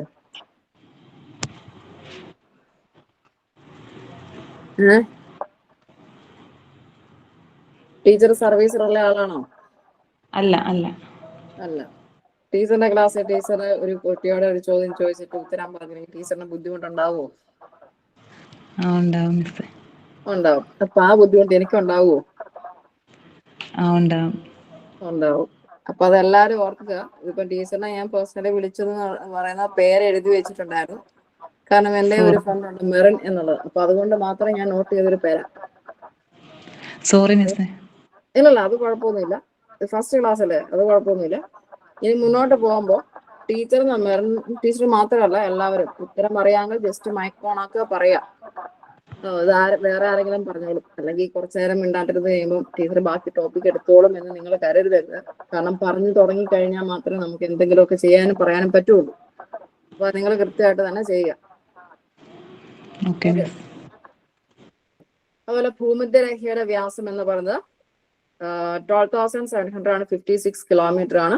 ധ്രുവീയ വ്യാസം എന്ന് പറഞ്ഞാൽ 12,713 കിലോമീറ്റർ ആണ്. അപ്പൊ മെയിൻ ആയിട്ട് നമുക്ക് ഈ പരിക്രമണവുമായി ബന്ധപ്പെട്ട് ഓർത്തിരിക്കേണ്ടത്, പരിക്രമണം എന്താന്ന് ഓർത്തിരിക്കുക, അതിന് എത്ര സമയം വേണമെന്നുള്ളത് ഓർത്തിരിക്കുക. പിന്നെ ഈ 365 കാലം അതിവർഷം എന്ന് പറയുന്നത് 4 വർഷം കൂടുമ്പോഴാണ് വരുന്നത് എന്നുള്ളത് ഓർമ്മിക്കുക. പരിക്രമണ വേഗത ഇത്രയും, അതുപോലെ ഭൂമിയുടെ ചുറ്റളവ്, ഇത്രയാണ് മെയിൻ ആയിട്ട് നമ്മൾ പല വർഷങ്ങളിൽ ചോദിച്ച് കണ്ടിട്ടുള്ളത്. പക്ഷെ ഇപ്പൊ നിങ്ങൾക്കറിയാം കാറ്റത്തിന്റെ ക്വസ്റ്റ്യനും കാര്യങ്ങളും എല്ലാം മാറി വന്നുകൊണ്ടിരിക്കുകയാണ്. നമുക്ക് എവിടെ നിന്ന് ഏത് രീതിയിൽ ക്വസ്റ്റ്യൻ വരുന്നു നമുക്ക് ഒരു പിടിയില്ല. അപ്പൊ അത് കൃത്യമായിട്ട് നോക്കി പോവുക. അടുത്ത അച്ചുതണ്ടിനെ കുറിച്ച് പറയുകയാണെങ്കിൽ, അച്ചുതണ്ട് എന്ന് പറയുന്നത് ഭൂമിയുടെ കേന്ദ്രഭാഗത്തൂടെ കടന്നു പോകുന്ന സാങ്കല്പിക ദണ്ഡിനെയാണ് അച്ചുതണ്ട് എന്ന് പറയുന്നത്. അതും ചോദിച്ചിട്ടുള്ളതാണ്. അപ്പൊ അച്ചുതണ്ട് എന്ന് പറയുന്നത് ഭൂമിയുടെ കേന്ദ്രഭാഗത്തൂടെ കടന്നു പോകുന്ന സാങ്കല്പിക ദണ്ഡിനെയാണ് അച്ചുതണ്ട് എന്ന് പറയുന്നത്. ഈ അച്ചുതണ്ടിന്റെ ചെരിവ്, പരിക്രമണ തലത്തിലെ ചെരിവ് എന്ന് പറയുന്നത് 66.5 ഡിഗ്രിയാണ്. അത് ആരെ എഴുതി മാറിപ്പോയി, ഓർമ്മിക്കുക. 66.5 ഡിഗ്രിയാണ് പരിക്രമണ തലത്തിലെ ചെരിവ്. അതുപോലെ ലംബ തലത്തിലെ ചെരിവ് എന്ന് പറയുന്നത് 23.5 ഡിഗ്രി. ഇത് പലപ്പോഴും ചോദിച്ചു വന്നിട്ടുള്ളതാണ്. പരിക്രമണ തലത്തിലെ ചെരിവ് എത്ര, ലംബ തലത്തിന്റെ ചെരിവ് എത്ര എന്നുള്ളത് ചോദിച്ചിട്ടുണ്ട്. അപ്പൊ പരിക്രമണ തലത്തിലെ ചെരിവ് എന്ന് പറയുന്നത് 66.5 ഡിഗ്രിയും ലംബതലത്തിലെ ചെരിവ് എന്ന് പറയുന്നത് 23.5 ഡിഗ്രിയുമാണ്. പിന്നെ അതുമായി ബന്ധപ്പെട്ടുള്ള മറ്റൊരു കോൺസെപ്റ്റ് ആണ് അച്ചുതണ്ടിന്റെ സമാന്തരിത അഥവാ പാരലൈസം ഓഫ് ആക്സിസ് എന്ന് പറയുന്നത്. അതായത് പരിക്രമണ വേളയിലുടനീളം ഭൂമി അച്ചുതണ്ടിന്റെ ചെരിവ് നിലനിർത്തുന്നതിനെയാണ് അച്ചുതണ്ടിന്റെ സമാന്തരത എന്ന് പറയുന്നത്. ആ കൺസെപ്റ്റ് ഒന്ന് ഓർത്ത് വെക്കുക. അച്ചുതണ്ടിന്റെ സമാന്തരത എന്ന് പറയുന്ന കൺസെപ്റ്റ് മാത്രം ഒന്ന് ഓർത്ത് വെക്കുക. പിന്നെ ഈ പറയുന്ന ജസ്റ്റ് ആ ഒരു പേര് മാത്രം ഒന്ന് ഓർത്തിരുന്നാൽ മതി. അങ്ങനെ ചോദിച്ച് കണ്ടിട്ടില്ല, എന്നാലും ഓർമ്മിക്കുക. അച്ചുതണ്ട് എന്ന് പറയുന്നത് ഭൂമിയുടെ കേന്ദ്ര ഭാഗത്തൂടെ കടന്നു പോകുന്ന സാങ്കല്പിക ദണ്ഡാണ്. അതുപോലെ പരിക്രമണ തലത്തിന്റെ ചെരിവ് എന്ന് പറയുന്നത് 66.5 ഡിഗ്രിയും ലംബതലത്തിലെ ചെരിവ് എന്ന് പറയുന്നത് 23.5 ഡിഗ്രിയാണ്. ഇത്രയാണ് നമുക്ക് ഈ പറയുന്ന ജോഗ്രഫിയുടെ ബേസിക് ആയിട്ടുള്ള സാധനങ്ങൾ. ബേസിക് ഇപ്പൊ നമ്മൾ നോക്കി ഭ്രമണം എന്താണ്, പരിക്രമണം എന്താണ്, അച്ചുതണ്ട് എന്ന് പറയുന്നത് എന്താണ്, ഭൂമിയുടെ ഷേപ്പ് എന്താണ്. അതിന്റെ മുമ്പ് കുറച്ച് വ്യക്തികളുടെ പേരൊക്കെ പറഞ്ഞു. ഇറാത്തോസ്തനീസ്, അതുപോലെ ടോളമി, തെയിൽസ്, പൈതഗോറസ്, അരിസ്റ്റോട്ടില്, കോപ്പർനിക്കസ്, അതുപോലെ നമ്മുടെ ഭാരതീയനായിട്ടുള്ള ആര്യഭടൻ, പിന്നെ സർ ഐസക് ന്യൂട്ടൺ. ഇത്രയും പേരുടെ കാര്യങ്ങൾ എല്ലാം പറഞ്ഞു. ഇത്രയും നേരം എടുത്തതിൻ്റെ അകത്ത്, അതായത് ഓൾമോസ്റ്റ് ഒരു 7 സ്ലൈഡോളം നമ്മൾ എടുത്തിട്ടുണ്ട്. ഇതിൻ്റെ അകത്ത് ഏതെങ്കിലും നമുക്ക് ഡൗട്ട് എന്തെങ്കിലും ഉണ്ടോ?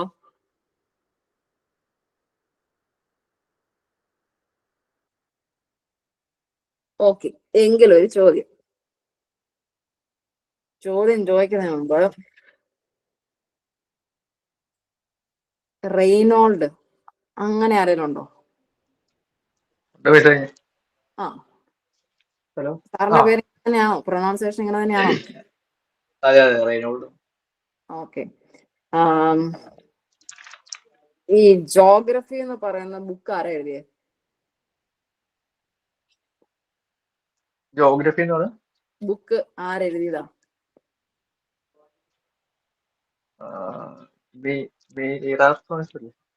ഇറാത്തോസ്തനീസ് അല്ലല്ലോ. ഒരു സെക്കൻഡ്, ഞാൻ എഴുതിക്കൊണ്ടിരിക്കും. നോട്ട് എഴുതി വരുന്നുള്ളൂ. ഓക്കെ ഓക്കെ, അതിന് കുഴപ്പമില്ല. നോട്ട് നോക്കാൻ പോണ്ട. തെറ്റുവാണ് തെറ്റിക്കൂടെ, അതിന് കുഴപ്പമില്ല. അങ്ങനെയാണെങ്കിൽ പറഞ്ഞു ഇറാത്തോസ്തനീസിന്റെ പേര് പറഞ്ഞാലും ചോദിക്കുക. ഇറാത്തോസ്തനീസ് എഴുതിയ ബുക്ക് ഏതാ? മീൻസും ഹെർമീസോ? മീൻസും ഹെർമീസും. Okay, okay. അപ്പോ സാർ മൈക്ക് ഓഫ് ആക്കിയോ. ലീനു എന്ന് പറഞ്ഞ മിസ് ഉണ്ടോ? ലീനു എന്നാണോ? അങ്ങനെ തോന്നുന്നു. മിസ്സേ, ആ, ലീനസ്. ഓക്കെ, ഞാൻ ഓർത്ത് എസ് അഡീഷണൽ ആയിട്ട് വന്നതായിരിക്കും. ഓക്കെ മിസ്സേ, അപ്പൊ ഈ പറഞ്ഞ മുമ്പേ ഞാൻ റെനോൾഡ് എന്ന് പറഞ്ഞ സാറിനോട് ചോദിച്ച സെയിം ക്വസ്റ്റ്യൻ തന്നെ. ജോഗ്രഫി എന്ന് പറയുന്ന ബുക്ക് ആരെഴുതിയതാ? ജോഗ്രഫി പേപ്പർ മറിക്കണ്ട, തെറ്റുവാണെ തെറ്റേ. ഞാൻ എഴുതിയിട്ടുള്ളത് നോക്കിയിട്ട് കാണുന്നില്ല. ഓക്കെ, ടീമിന് എന്നതാ മനസ്സിലായി? എന്തെങ്കിലും ഒരെണ്ണം പറഞ്ഞു, ഒരു പോയിന്റ്. ഒന്നും മനസ്സിലായില്ലേ? എന്തിനെ കുറിച്ച്? ഈ ക്ലാസ് എടുത്തതാണോ? മീൻസ് ടോട്ടലാണോ? അതായത് ഞാനിപ്പോ ഓൾമോസ്റ്റ് ഭൂമി ശാസ്ത്രത്തിന്റെ ബേസിക് ആയിട്ടുള്ള പ്രിൻസിപ്പിൾസും കാര്യങ്ങളും എല്ലാം പറഞ്ഞു. ഇതിനകത്ത് എന്തെങ്കിലും ഒരു പോയിന്റ് മിസ് പറഞ്ഞാൽ മതി.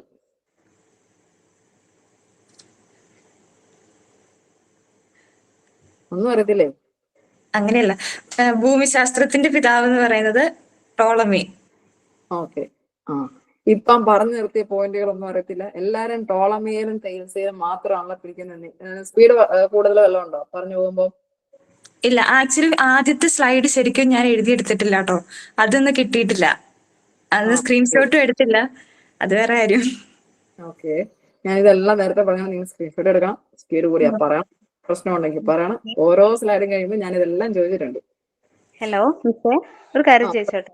ഞാൻ ജോയിൻ ചെയ്തോളൂ. എനിക്ക് നേരത്തെ ജോയിൻ ചെയ്തപ്പോ ചെറിയൊരു ബുദ്ധിമുട്ട് നെറ്റിന്റെ. എനിക്ക് ലാസ്റ്റ് ഒരു ടീച്ചറിന്റെ പേരെന്നാ? സൂര്യ. ടീച്ചർ കഴിഞ്ഞ വർഷം ജോയിൻ ഉണ്ടായിരുന്നോ? ഇല്ല. ഓക്കെ, കഴിഞ്ഞ വർഷം ഒരു സൂര്യ എന്ന് പറഞ്ഞ ടീച്ചർ ഉണ്ടായിരുന്നു, അതുകൊണ്ട് ചോദിച്ചത്. കഴിഞ്ഞ വർഷം ഉണ്ടായിരുന്നോ? ഉണ്ട്. കഴിഞ്ഞ വർഷം ഞാൻ കഴിഞ്ഞ ഇതിലുണ്ടെന്നാ കേട്ടത്. സോറി, ഉണ്ടായിരുന്നു. ഞാൻ ഉണ്ടായിരുന്നു. ഓക്കെ, അപ്പൊ ഞാൻ പേര് ശ്രദ്ധിക്കുന്നുണ്ടോ ടീച്ചറിന് ഇപ്പൊ മനസ്സിലായല്ലോ? സ്ലൈഡ് ഫസ്റ്റ് ഒന്ന് ലാസ്റ്റ് ഒന്നിച്ച് കാണിക്കുമോ? എനിക്കൊന്ന് സ്ക്രീൻഷോട്ട് എടുത്തേക്കാനായിരുന്നു. അതൊക്കെ കാണിക്കാം, അതല്ലെങ്കിൽ അത് സാറ് PDF ആയിട്ട് എങ്ങനെയാന്ന് വെച്ചാൽ നിങ്ങൾക്ക് തരും. ഓക്കെ, അല്ല ടീച്ചർ പോകാൻ പറട്ടെ. പറയൂ. ഈ ഭൂമിയുടെ ഷേപ്പ് എന്നാ? ജിയോയുടെ ഉം? ജിയോയുടെ ഭൂമിക്ക് ജിയോയുടെ ഷേപ്പാന്ന് പറഞ്ഞതാരാ?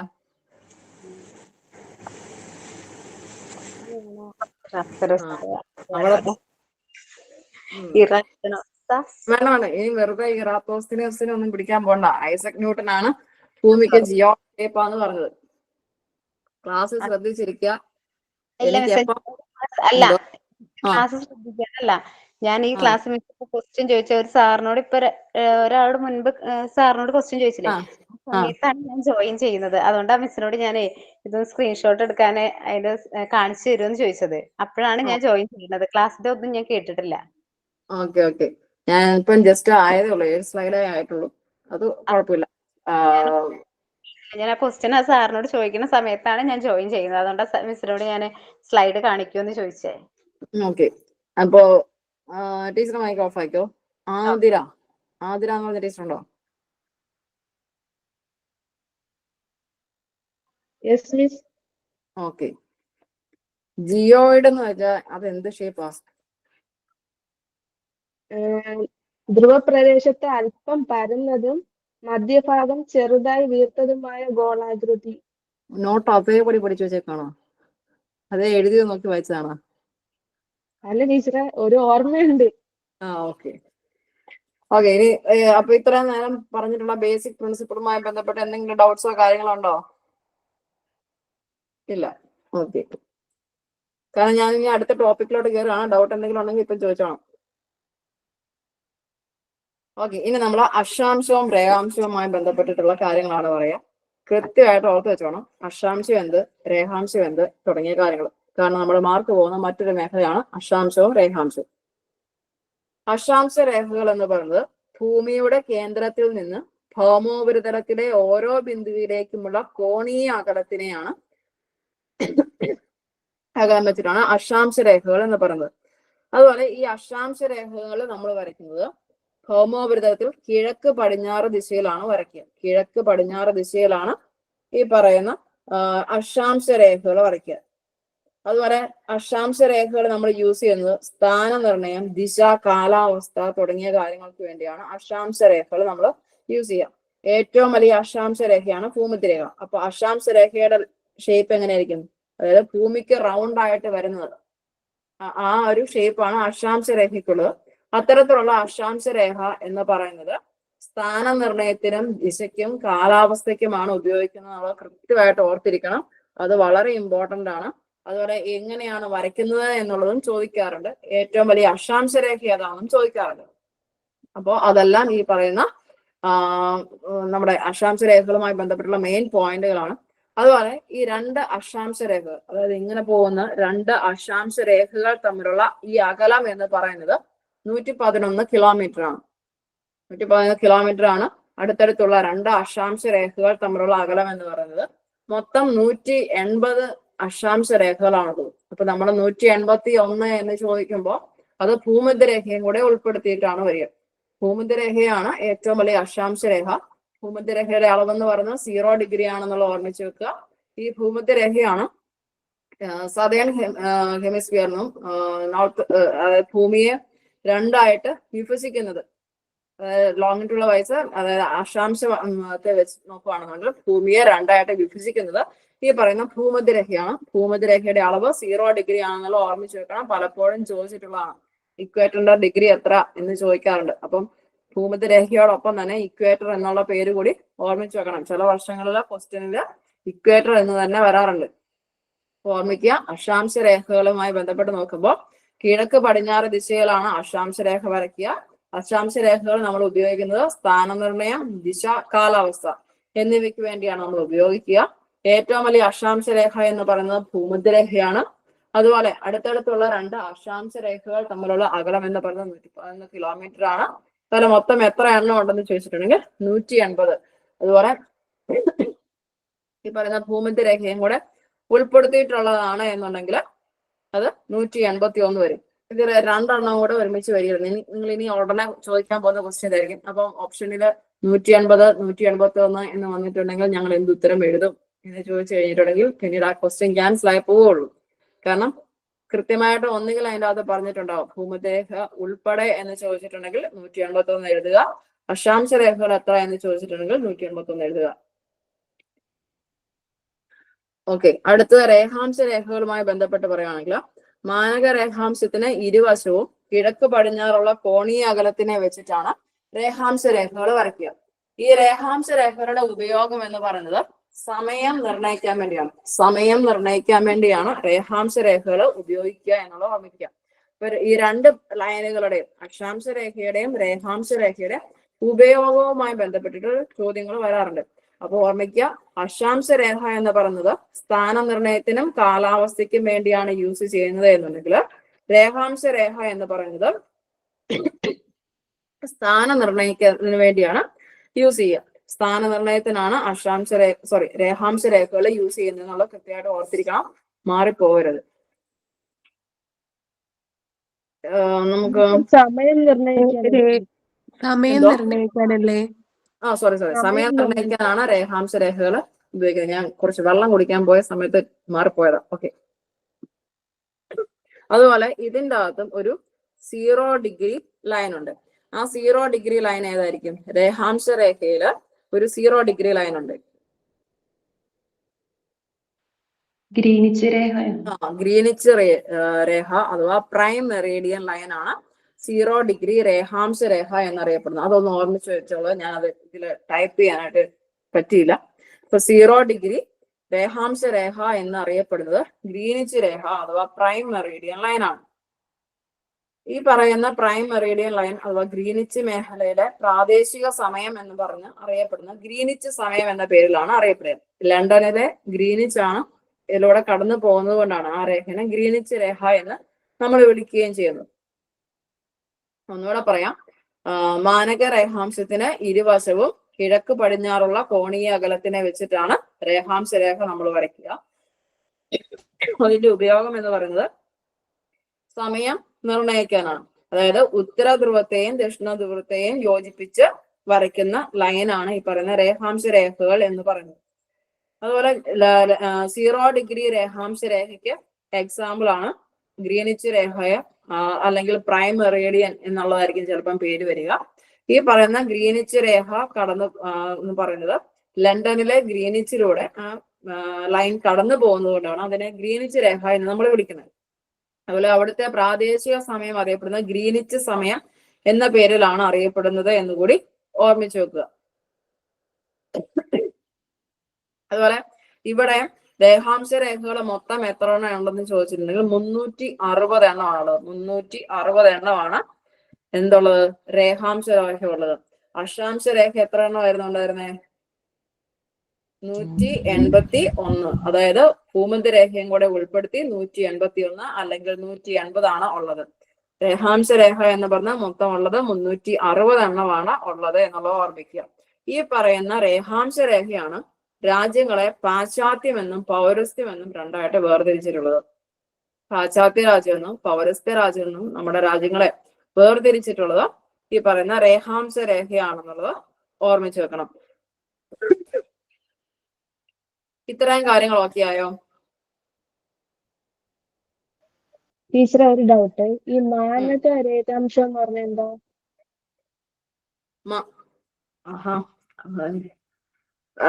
ഇനി അതിലും ഡീറ്റെയിൽ ആയിട്ട് ഞാൻ പോണോ? മാനക രേഖാംശം എന്ന് വെച്ച് കഴിഞ്ഞാൽ എന്താ പറയാ,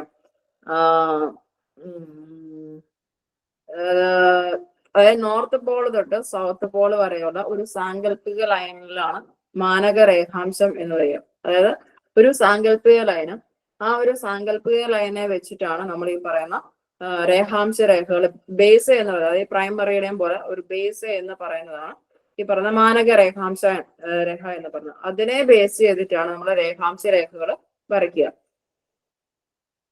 ഓക്കെ മിസ്സേ, ഞാൻ ഇംഗ്ലീഷ് മീഡിയം പഠിച്ചിട്ടുള്ളവരാ ചോദിച്ചേ.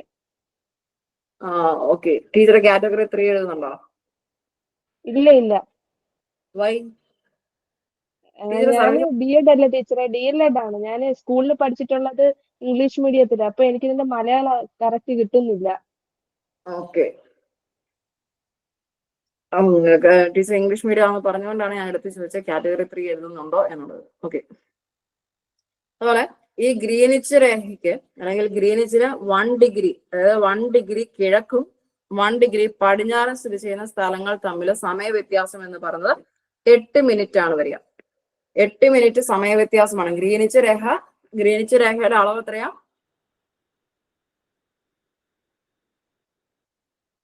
ആർക്കും അറിയത്തില്ല. ഞാൻ ഇപ്പോഴല്ലേ പറഞ്ഞേ, 0 ഡിഗ്രി ആണ്. 0 ഡിഗ്രി രേഖാംശ രേഖയാണ് ഗ്രീനിച്ച് രേഖ. ആ ഗ്രീനിച്ച് രേഖയുടെ 1 ഡിഗ്രി കിഴക്കും 1 ഡിഗ്രി പടിഞ്ഞാറും സ്ഥിതി ചെയ്യുന്ന സ്ഥലങ്ങൾ തമ്മിലുള്ള സമയ വ്യത്യാസം എന്ന് പറയുന്നത് 8 മിനിറ്റ് ആണ്. അത് ഓർമ്മിച്ചു വെക്കണം. 8 മിനിറ്റ് സമയ വ്യത്യാസമാണ് ഗ്രീനിച്ച് രേഖയ്ക്ക് 1 ഡിഗ്രി കിഴക്കും 1 ഡിഗ്രി പടിഞ്ഞാറും സ്ഥിതി ചെയ്യുന്ന സ്ഥലങ്ങൾ തമ്മിൽ വരിക.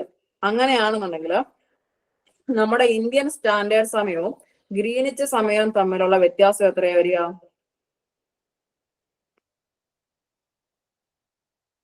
5.5 മണിക്കൂർ വ്യത്യാസമുണ്ട്. അതായത് ഇന്ത്യൻ സ്റ്റാൻഡേർഡ് ടൈം അല്ലെങ്കിൽ ഇന്ത്യയുടെ പ്രാദേശിക സമയം എന്ന് പറയുന്നത് ഗ്രീനിച്ച് സമയത്തിനെക്കാട്ടിലും 5.5 മണിക്കൂർ മുൻപിലാണ്. ഇത് ഓർമ്മിച്ചു വെക്കണം. ഇത് വെച്ചിട്ട് പ്രോബ്ലംസ് ഉണ്ടാവും. പ്രോബ്ലംസ് മീൻസ് ഗ്രീനിച്ച് സമയം ഇത്രയാണെന്നുണ്ടെങ്കിൽ ഇന്ത്യൻ സമയം എത്ര എന്ന് കണ്ടുപിടിക്കാൻ ചോദിക്കാറുണ്ടാവും. അല്ലെങ്കിൽ ഇന്ത്യൻ സമയം എത്രയാണെന്നുണ്ടെങ്കിൽ ഇപ്പോൾ ഗ്രീനിച്ച് സമയം എത്ര എന്നുള്ളത് കണ്ടുപിടിക്കാറുണ്ടാവും. അപ്പൊ നമുക്ക് ഈ 5.5 മണിക്കൂർ മാത്രം കിട്ടിയിട്ട് കാര്യമില്ല. 5.5 മണിക്കൂർ മുന്നിൽ ഏതാണ് മുന്നിൽ വരിക? ഇന്ത്യൻ സ്റ്റാൻഡേർഡ് ടൈമോ ഗ്രീനിച്ച് സമയമോ? ഇന്ത്യ അല്ലേ? ഇന്ത്യയാണ് മുന്നിൽ വരിക എന്നുള്ളത് ഓർമ്മിച്ചു വെക്കുക. അപ്പൊ ഇന്ത്യൻ സ്റ്റാൻഡേർഡ് ടൈം എന്ന് പറയുന്നത് ഗ്രീനിച്ച് സമയത്തെക്കാട്ടിലും 5.5 മണിക്കൂർ മുൻപിലാണെന്നുള്ളത് ഓർമ്മിച്ചു വെക്കണം. അതിനനുസരിച്ച് ക്വസ്റ്റ്യൻസ് നിങ്ങൾക്ക് വരും. കൺഫേം ആണ് ആ ഒരു മേഖലയിൽ നിന്ന് ഒരു ക്വസ്റ്റ്യൻ ഉണ്ടാകും എന്നുള്ളത്. അതുപോലെ ഇന്ത്യൻ പ്രാദേശിക സമയം കണക്കാക്കുന്നത് ഏത് രേഖാംശ രേഖയെ അടിസ്ഥാനമാക്കിയിട്ടാണ്?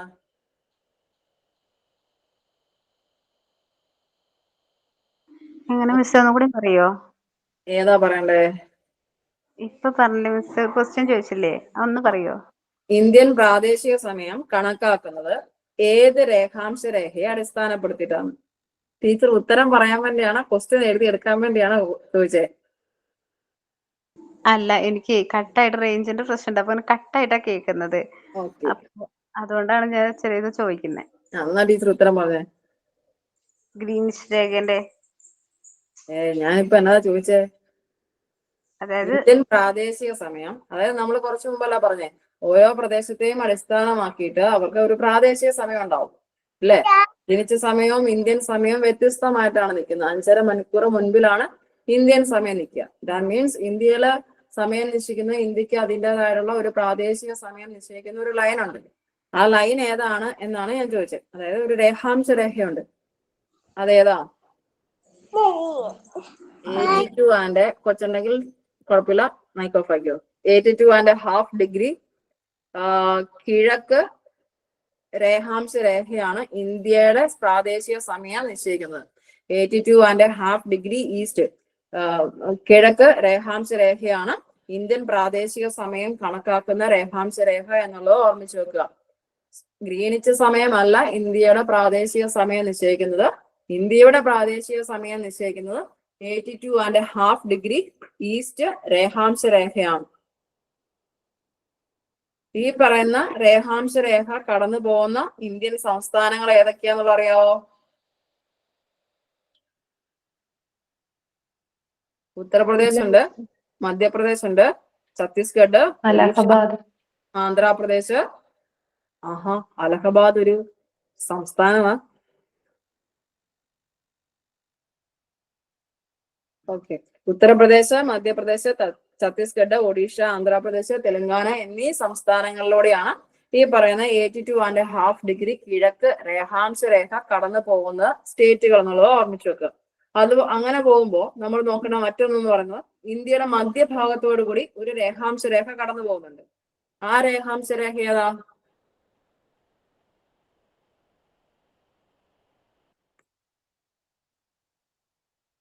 അറിയാവോ? ട്രോപ്പിക് ഓഫ് ക്യാൻസർ, അതായത് ഉത്തരായന രേഖ. ഉത്തരായന രേഖ, ഉത്തരായന രേഖയുടെ ഡിഗ്രി എന്ന് പറയുന്നത് ഓക്കെ, ഉത്തരായന രേഖ 23.5. 23 ഡിഗ്രിയാണ് ഉത്തരായന രേഖ വരിക. ഓക്കെ, അപ്പൊ ഓർമ്മിച്ച് വെക്കുക, ട്രോപ്പിക് ഓഫ് ക്യാൻസർ അഥവാ ഉത്തരായന രേഖ എന്ന് പറയുന്നത് ഇന്ത്യയുടെ മധ്യഭാഗത്തു കൂടിയാണ് കടന്നു പോകുന്നത്. ഒരു 8 സംസ്ഥാനങ്ങളിലൂടെ ഈ പറയുന്ന ഉത്തരായന രേഖ കടന്നു പോകുന്നുണ്ടെന്ന് കൂടി ഓർമ്മിച്ച് വെക്കുക. അപ്പൊ ഓർമ്മിക്കുക, ഇന്ത്യയുമായി ബന്ധപ്പെട്ട 2 രേഖാംശ രേഖകളുടെ കാര്യമാണ് പറഞ്ഞത്. ഒന്നാമത്തെ രേഖാംശ രേഖ എന്ന് പറയുന്നത് ഇന്ത്യയുടെ പ്രാദേശിക സമയം നിശ്ചയിക്കുന്ന രേഖാംശ രേഖ ഏത് എന്ന് ചോദിച്ചിട്ടുണ്ടെങ്കിൽ 82.5 ഡിഗ്രി ഈസ്റ്റ് രേഖാംശ രേഖയാണെന്നുള്ള ഓർമ്മിക്കുക. അടുത്തത് ഉത്തരായന രേഖയാണ് പറഞ്ഞിട്ടുള്ളത്. ഇന്ത്യയുടെ മധ്യഭാഗത്തോടു കൂടിയാണ് ഉത്തരായന രേഖ കടന്നു പോകുന്നുണ്ട്. ഓൾമോസ്റ്റ് 8 സംസ്ഥാനങ്ങളിലൂടെ ഈ ഉത്തരായന രേഖ കടന്നു പോകുന്നുണ്ട്. ഇത്രയും കാര്യങ്ങളൊക്കെ ആയി. ലോങ്ങിറ്റ്യൂഡ്, അക്ഷാംശ രേഖ, രേഖാംശ രേഖ നമ്മൾ കഴിഞ്ഞു. ഇത്രയും ഓക്കെ ആയോ?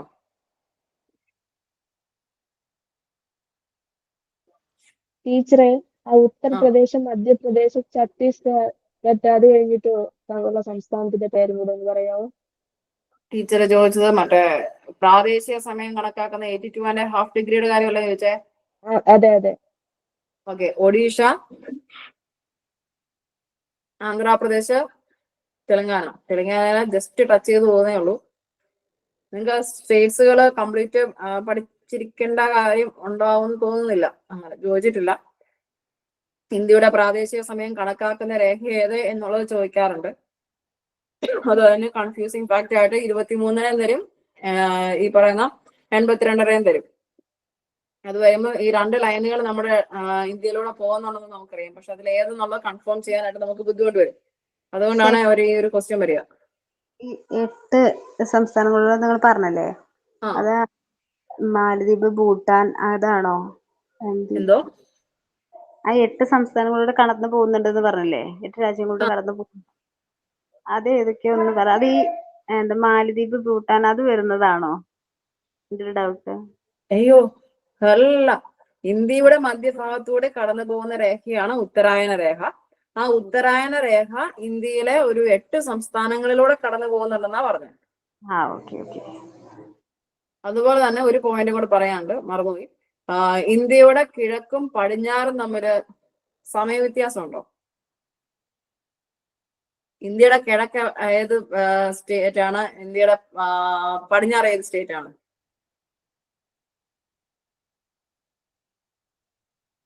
നിങ്ങളെ ഈസ്റ്റും വെസ്റ്റും സൗത്തും നോർത്തും ഞാൻ പഠിപ്പിക്കണം ഇനി. ജോഗ്രഫി പഠിക്കുമ്പോ അത്യാവശ്യം നിങ്ങൾക്ക് ബേസ് ഉണ്ടാവും എന്നുള്ള കണക്കൂട്ടിലാണ് ഞാൻ പോയത്. ഈസ്റ്റ് വെസ്റ്റ്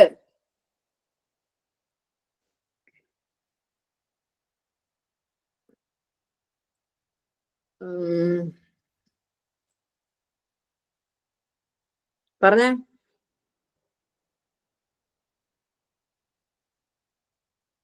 ഇത് ഒരു ലൈൻ ആണെന്നുണ്ടെങ്കിൽ ഇതിന്റെ ഈ ഭാഗം എന്താ? ഈസ്റ്റ്, ഇത് വെസ്റ്റ്, ഇത് നോർത്ത്, ഇത് സൗത്ത്. അങ്ങനെയാണെങ്കിൽ ഇന്ത്യയുടെ ഈസ്റ്റ് ഭാഗത്ത് സ്ഥിതി ചെയ്യുന്ന സ്റ്റേറ്റ് ഏതാ? കിഴക്കേ അറ്റത്ത് സ്ഥിതി ചെയ്യുന്ന സംസ്ഥാനം ഏതാ?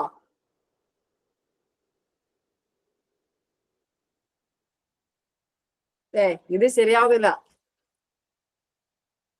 ഞാൻ പറയുന്നത് കേൾക്കാഞ്ഞിട്ടാണ് നിങ്ങൾ മിണ്ടാണ്ടിരിക്കുന്നത്. ആസാം, മേഘാലയ. ഏറ്റവും അങ്ങേയറ്റം കിടക്കുന്ന ഏതാ? ഒരു ചുരുണ്ട് കൂടി ഒരു സാധനം കിടപ്പില്ല അവിടെ. ആഹാ സാറേ, ഹരിയാന എവിടെയാ? ഡൽഹിയുടെ അവിടെ കിടക്കുന്നതല്ലേ? ആന്ധ്രാപ്രദേശാണ്, അരുണാചൽ പ്രദേശാണ് ഈസ്റ്റ് കിടക്കുന്നത്.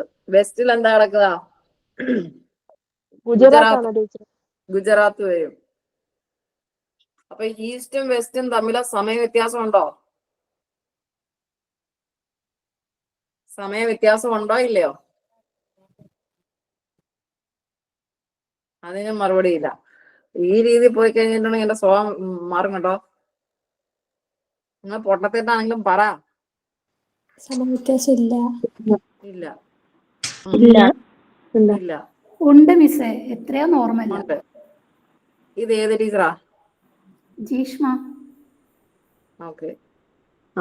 ഇനി സമയ വ്യത്യാസം ഉണ്ടെന്ന് പറയുന്ന ആരെങ്കിലും ഉണ്ടോ? ഇവിടെ ഒരു സാറിന്റെ ശബ്ദം കേൾക്കുന്നില്ലല്ലോ സാറേ. വ്യത്യാസമുണ്ട്, എത്രയാണെന്ന് അറിയത്തില്ല. വ്യത്യാസമുണ്ട്, സമയം എത്രയാണെന്ന് അറിയത്തില്ല, വ്യത്യാസമുണ്ട്. അത് കുഴപ്പമില്ല, ഉണ്ടോ ഇല്ലയോ എന്ന് ചോദിച്ചപ്പോ സാറിനെ മിണ്ടാണ്ടിരുന്നേ. ടീച്ചർ 5.5 മണിക്കൂറാണോ? 5.5 മണിക്കൂർ ഇവിടെ കൊണ്ടുവരുന്നത്. 5.5 മണിക്കൂർ എന്നതാ ഗ്രീനിച്ച് സമയം ഇന്ത്യൻ സ്റ്റാൻഡേർഡ് ടൈമും തമ്മിലുള്ള സമയ വ്യത്യാസമാണ് 5.5 മണിക്കൂർ. ഇന്ത്യയുടെ കിഴക്കും പടിഞ്ഞാറും തമ്മില് സൂര്യോദയത്തിൽ വരുന്ന സമയ വ്യത്യാസം എന്ന് പറയുന്നത് 2 മണിക്കൂർ വ്യത്യാസമുണ്ട്. അതായത് നമ്മുടെ അരുണാചൽ പ്രദേശും നമ്മുടെ ഗുജറാത്തും തമ്മിൽ 2 മണിക്കൂർ നേരത്തെ വ്യത്യാസമാണ് ഉള്ളത്. ഇപ്പൊ ഓർമ്മിക്കുക, ഇന്ത്യയുടെ കിഴക്കും പടിഞ്ഞാറും തമ്മിൽ സൂര്യോദയത്തിലെ 2 മണിക്കൂർ സമയ വ്യത്യാസമാണുള്ളത്. ചിലപ്പം കിഴക്കും പടിഞ്ഞാറും തമ്മിലുള്ള സമയ വ്യത്യാസം എന്നായിരിക്കും ചോദിക്കുക. അതല്ലെന്നുണ്ടെങ്കിൽ അരുണാചൽ പ്രദേശിലെ സമയവും ഗുജറാത്തിലെ സമയവും തമ്മിൽ ഉള്ള സമയ വ്യത്യാസം ചോദിക്കും. അത് എന്നതാണെങ്കിലും 2 മണിക്കൂർ ആണെന്നുള്ളത് ഓർമ്മിച്ചു വെക്കുക. അതായത് അരുണാചൽ പ്രദേശിലെ സമയം എന്ന് പറയുന്നത് ഗുജറാത്തിലെ സമയത്തിനേക്കാൾ 2 മണിക്കൂർ മുൻപിലാണ്. അപ്പൊ അരുണാചൽ പ്രദേശിലാണ് ഏറ്റവും ആദ്യമേ സൂര്യൻ ഉദിക്കുന്നത്. പിന്നെയാണ് എവിടെ പോയി ഉദിക്കുന്നത്? ഗുജറാത്തിൽ പോയി ഉദിക്കുന്നത്. ഒരു 2 മണിക്കൂർ കഴിയുമ്പോൾ ഗുജറാത്ത് ചെല്ലും. അപ്പൊ അതിന്റെ കാരണം എന്ന് പറയുന്നത് ഈ അരുണാചൽ പ്രദേശ് ഗുജറാത്തിൽ നിന്നും 30 ഡിഗ്രി കിഴക്ക് സ്ഥിതി ചെയ്യുന്നത് കൊണ്ടാണ് എന്ത് സംഭവിക്കുന്നത്?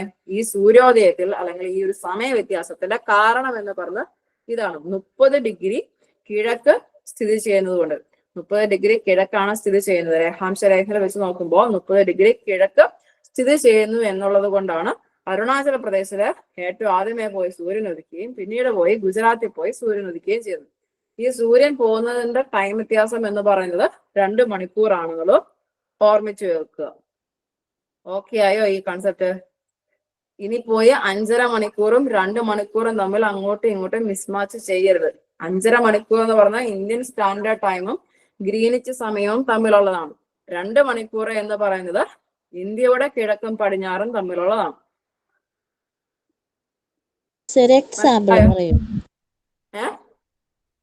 സാമ്പിള് പറയൂ സമയത്തിന്റെ. സാമ്പിളാ? എനിക്ക് മനസ്സിലായില്ല. ചോദ്യം വരുമ്പോഴേ, അതായത് ഇപ്പം ഗ്രീനിച്ച് സമയം രാവിലെ 11 മണിയാണെന്നുണ്ടെങ്കിൽ ഇന്ത്യൻ സമയം എത്ര എന്ന് ചോദിക്കാം. അപ്പൊ നമ്മൾ എന്നാ ചെയ്യണ്ടേ? അഡീഷണൽ ഒരു 5.5 മണിക്കൂർ മുന്നോട്ട് എടുക്കണം. കാരണം ഇന്ത്യൻ ടൈമാണ് ഗ്രീനിച്ച് സമയത്തിനേക്കാളും 5.5 മണിക്കൂർ മുൻപിൽ നിൽക്കുക. ഇപ്പൊ ഇന്ത്യൻ സമയം തന്നിട്ട് ഗ്രീനിച്ച് സമയമാണ് ചോദിക്കുന്നതെങ്കിൽ തന്നിരിക്കുന്ന ഇന്ത്യൻ സമയത്തിൽ നിന്നും ഒരു 5.5 മണിക്കൂർ കുറച്ച് ഗ്രീനിച്ച് സമയത്ത് കൊണ്ട് വെക്കുക. അത്രേ ഉള്ളൂ ഇതിനകത്ത്. 5.5 മണിക്കൂർ.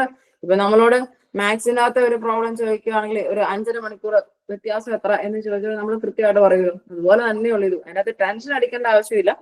ജസ്റ്റ് ഇത്രേ ഓർത്ത് വെക്കുക. 5.5 മണിക്കൂർ മുൻപിലാണ് ഗ്രീനിച്ച് സമയത്തിനേക്കാളും ഇന്ത്യൻ സമയം നിൽക്കുക.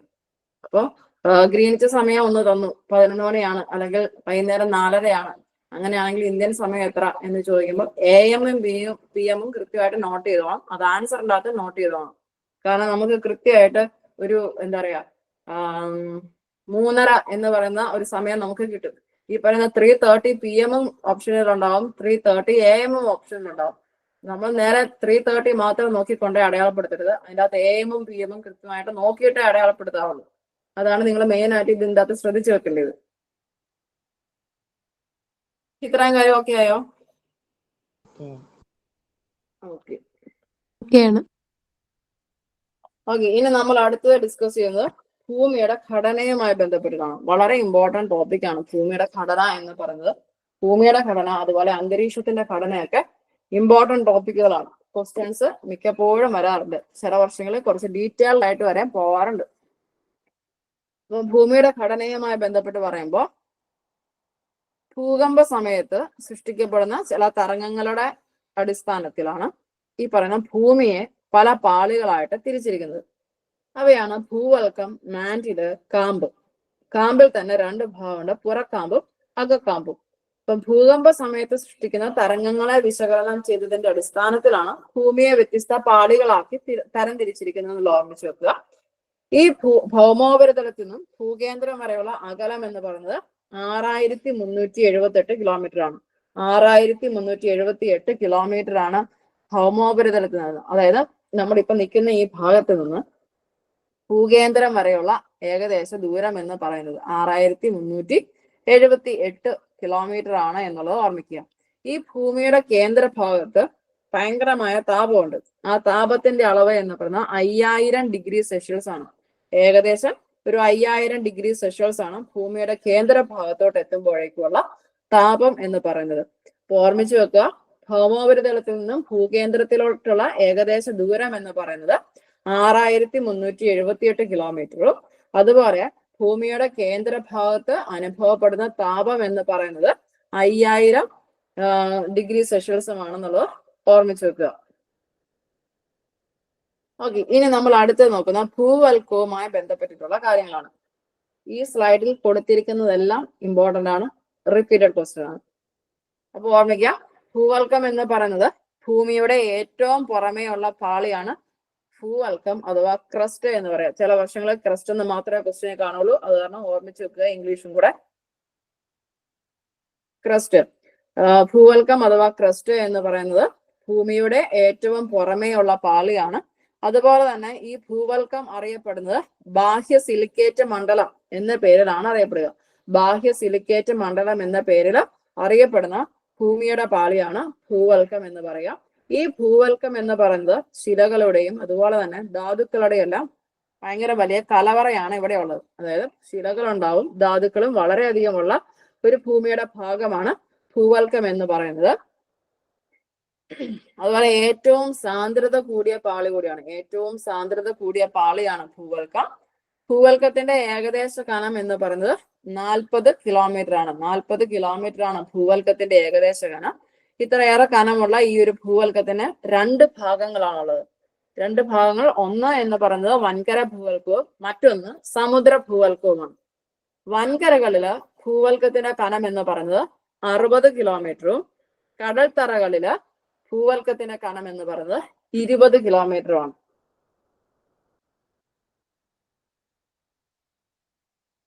ഓക്കെ, ഇത്രയും പോയിന്റുകൾ വളരെ ഇമ്പോർട്ടന്റ് ആണ്, മാറിപ്പോകാൻ പാടില്ല, കൃത്യമായിട്ട് ബൈഹാർട്ട് ചെയ്ത് പഠിക്കുക ഇത്.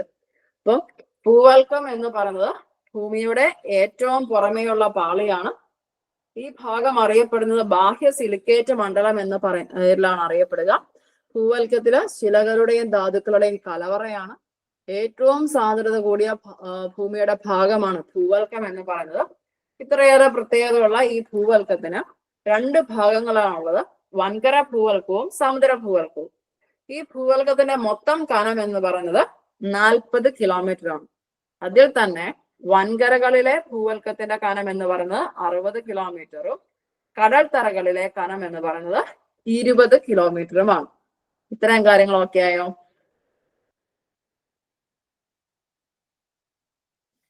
ഓക്കെ, അടുത്തത് ഈ വൻകര ഭൂവൽക്കത്തിനെ കുറിച്ചും സമുദ്ര ഭൂവൽക്കത്തിനെ കുറിച്ചും മിക്കപ്പോഴും ക്വസ്റ്റ്യൻ ഉള്ളതാണ്. അപ്പൊ വൻകര ഭൂവൽക്കം എന്ന് പറയുന്നത് സിലിക്ക, അലുമിനിയ എന്നീ ധാതുക്കൾ കൂടുതലായിട്ട് അടങ്ങിയിരിക്കുന്നത് കൊണ്ട് തന്നെ ഈ പറയുന്ന വൻകര ഭൂവൽക്കം അറിയപ്പെടുന്നത് സിയാൽ എന്ന പേരിലാണ്. സിയാൽ എന്ന് പറയുന്ന പേരിലാണ് വൻകര ഭൂവൽക്കം അറിയപ്പെടുക. കാരണം എന്തെന്ന് ചോദിച്ചിട്ടുണ്ടെങ്കിൽ സിലിക്ക, അലുമിനിയ എന്നീ ധാതുക്കള് കൂടുതലായിട്ടും വൻകര ഭൂവൽക്കത്തിൽ ഉൾപ്പെടുന്നത് കൊണ്ട് തന്നെ ഈ ഭൂവൽക്കം സിയാൽ എന്ന പേരിൽ അറിയപ്പെടുന്നുണ്ട്. അതുപോലെ സമുദ്ര ഭൂവൽക്കത്തില് കൂടുതലായിട്ട് കാണപ്പെടുന്ന ധാതുക്കൾ എന്ന് പറയുന്നത് സിലിക്കയും മഗ്നീഷ്യവുമാണ്. സിലിക്കയും മഗ്നീഷ്യവുമാണ് സമുദ്ര ഭൂവൽക്കത്തിൽ കൂടുതൽ കാണപ്പെടുക. അതുകൊണ്ട് ഈ ഭൂവൽക്കം സിമ എന്ന പേരിൽ അറിയപ്പെടും. അപ്പൊ ഇത് പഠിച്ചു വെക്കാനുള്ള എളുപ്പ പരിപാടി എന്നാന്ന് വെച്ച് കഴിഞ്ഞാൽ സിലിക്കയ്ക്ക് SIയും അലുമിനിയയ്ക്ക് AL ആണ്. നമ്മളെ കെമിസ്ട്രിക്കൊക്കെ നമ്മൾ കുറച്ച് സിമ്പിളൊക്കെ പഠിച്ചിട്ടുണ്ടല്ലോ, അതുവരെയും. അതല്ലെങ്കിൽ നമ്മുടെ ഇതിന്റെ എല്ലാം ഫസ്റ്റ് നമ്മൾ ഇംഗ്ലീഷിൽ സ്റ്റാർട്ട് ചെയ്യുമ്പോൾ അതിന്റെ ഫസ്റ്റ് ലെറ്റർ ഇങ്ങനെ വരിക: silica SI, അലുമിനിയ AL, then silica magnesium SiMa. അത് വെച്ചിട്ട് നിങ്ങൾക്ക് സിമ ഏതാണ് സിയാൽ ഏതാന്നുള്ളത് ഐഡന്റിഫൈ ചെയ്യാം. ഇതൊന്നും പറ്റിയല്ലാത്തൊരു കണ്ടീഷൻ വരും, ഭൂവൽക്കത്തിൽ ഉൾപ്പെട്ടിട്ടുള്ള ധാതുക്കൾ ഏത് എന്നുള്ളത്. അപ്പോ ഒന്നുകിൽ സിമ സമുദ്ര ഭൂവൽക്കൊന്നും സിയാൽ വൻകര ഭൂവൽക്കൊന്നും ഓർത്തു വെക്കുക. അപ്പൊ നമുക്ക് സിയാലും സിമയും വെച്ച് നോക്കുമ്പോൾ നമുക്ക് ഈ പറയുന്ന ധാതുക്കൾ ഏതാണ് എന്നുള്ളത് ഐഡന്റിഫൈ ചെയ്യാം. അപ്പൊ നിങ്ങൾ വേണമെങ്കിൽ അങ്ങനെ പഠിക്കുക. അതല്ല നിങ്ങൾക്ക് കൃത്യമായിട്ട് ഓർത്തിരിക്കാൻ പറ്റുന്നെങ്കിൽ ഓക്കെ, യാതൊരുവിധ കുഴപ്പമില്ല. പക്ഷെ ഇത് ഇമ്പോർട്ടന്റ് ആണ്, പലപ്പോഴും ക്വസ്റ്റ്യൻ വരാനുള്ളതാണ്. അതുപോലെ ഈ വൻകരയെക്കാട്ടിലും സാന്ദ്രത കൂടുതലായിരിക്കും കടൽത്തറയ്ക്കുള്ളത്. അപ്പൊ നമ്മൾ മൊത്തത്തിൽ പറഞ്ഞു ഭൂവൽക്കം എന്ന് പറയുന്നത് ഏറ്റവും സാന്ദ്രത കൂടിയ പാളിയാന്ന് പറഞ്ഞു. അതായത് ഭൂമിയുടെ പാളികളിലെ ഏറ്റവും സാന്ദ്രത കൂടിയ പാളിയാണ് ഭൂവൽക്കം. അതിൽ തന്നെ വൻകരകളെക്കാട്ടിലും സാന്ദ്രത കൂടുതലാണ് കടൽത്തറയ്ക്ക് ഉള്ളത്. ഇത്രയും കാര്യങ്ങളൊക്കെ ആയോ? ഓക്കെ.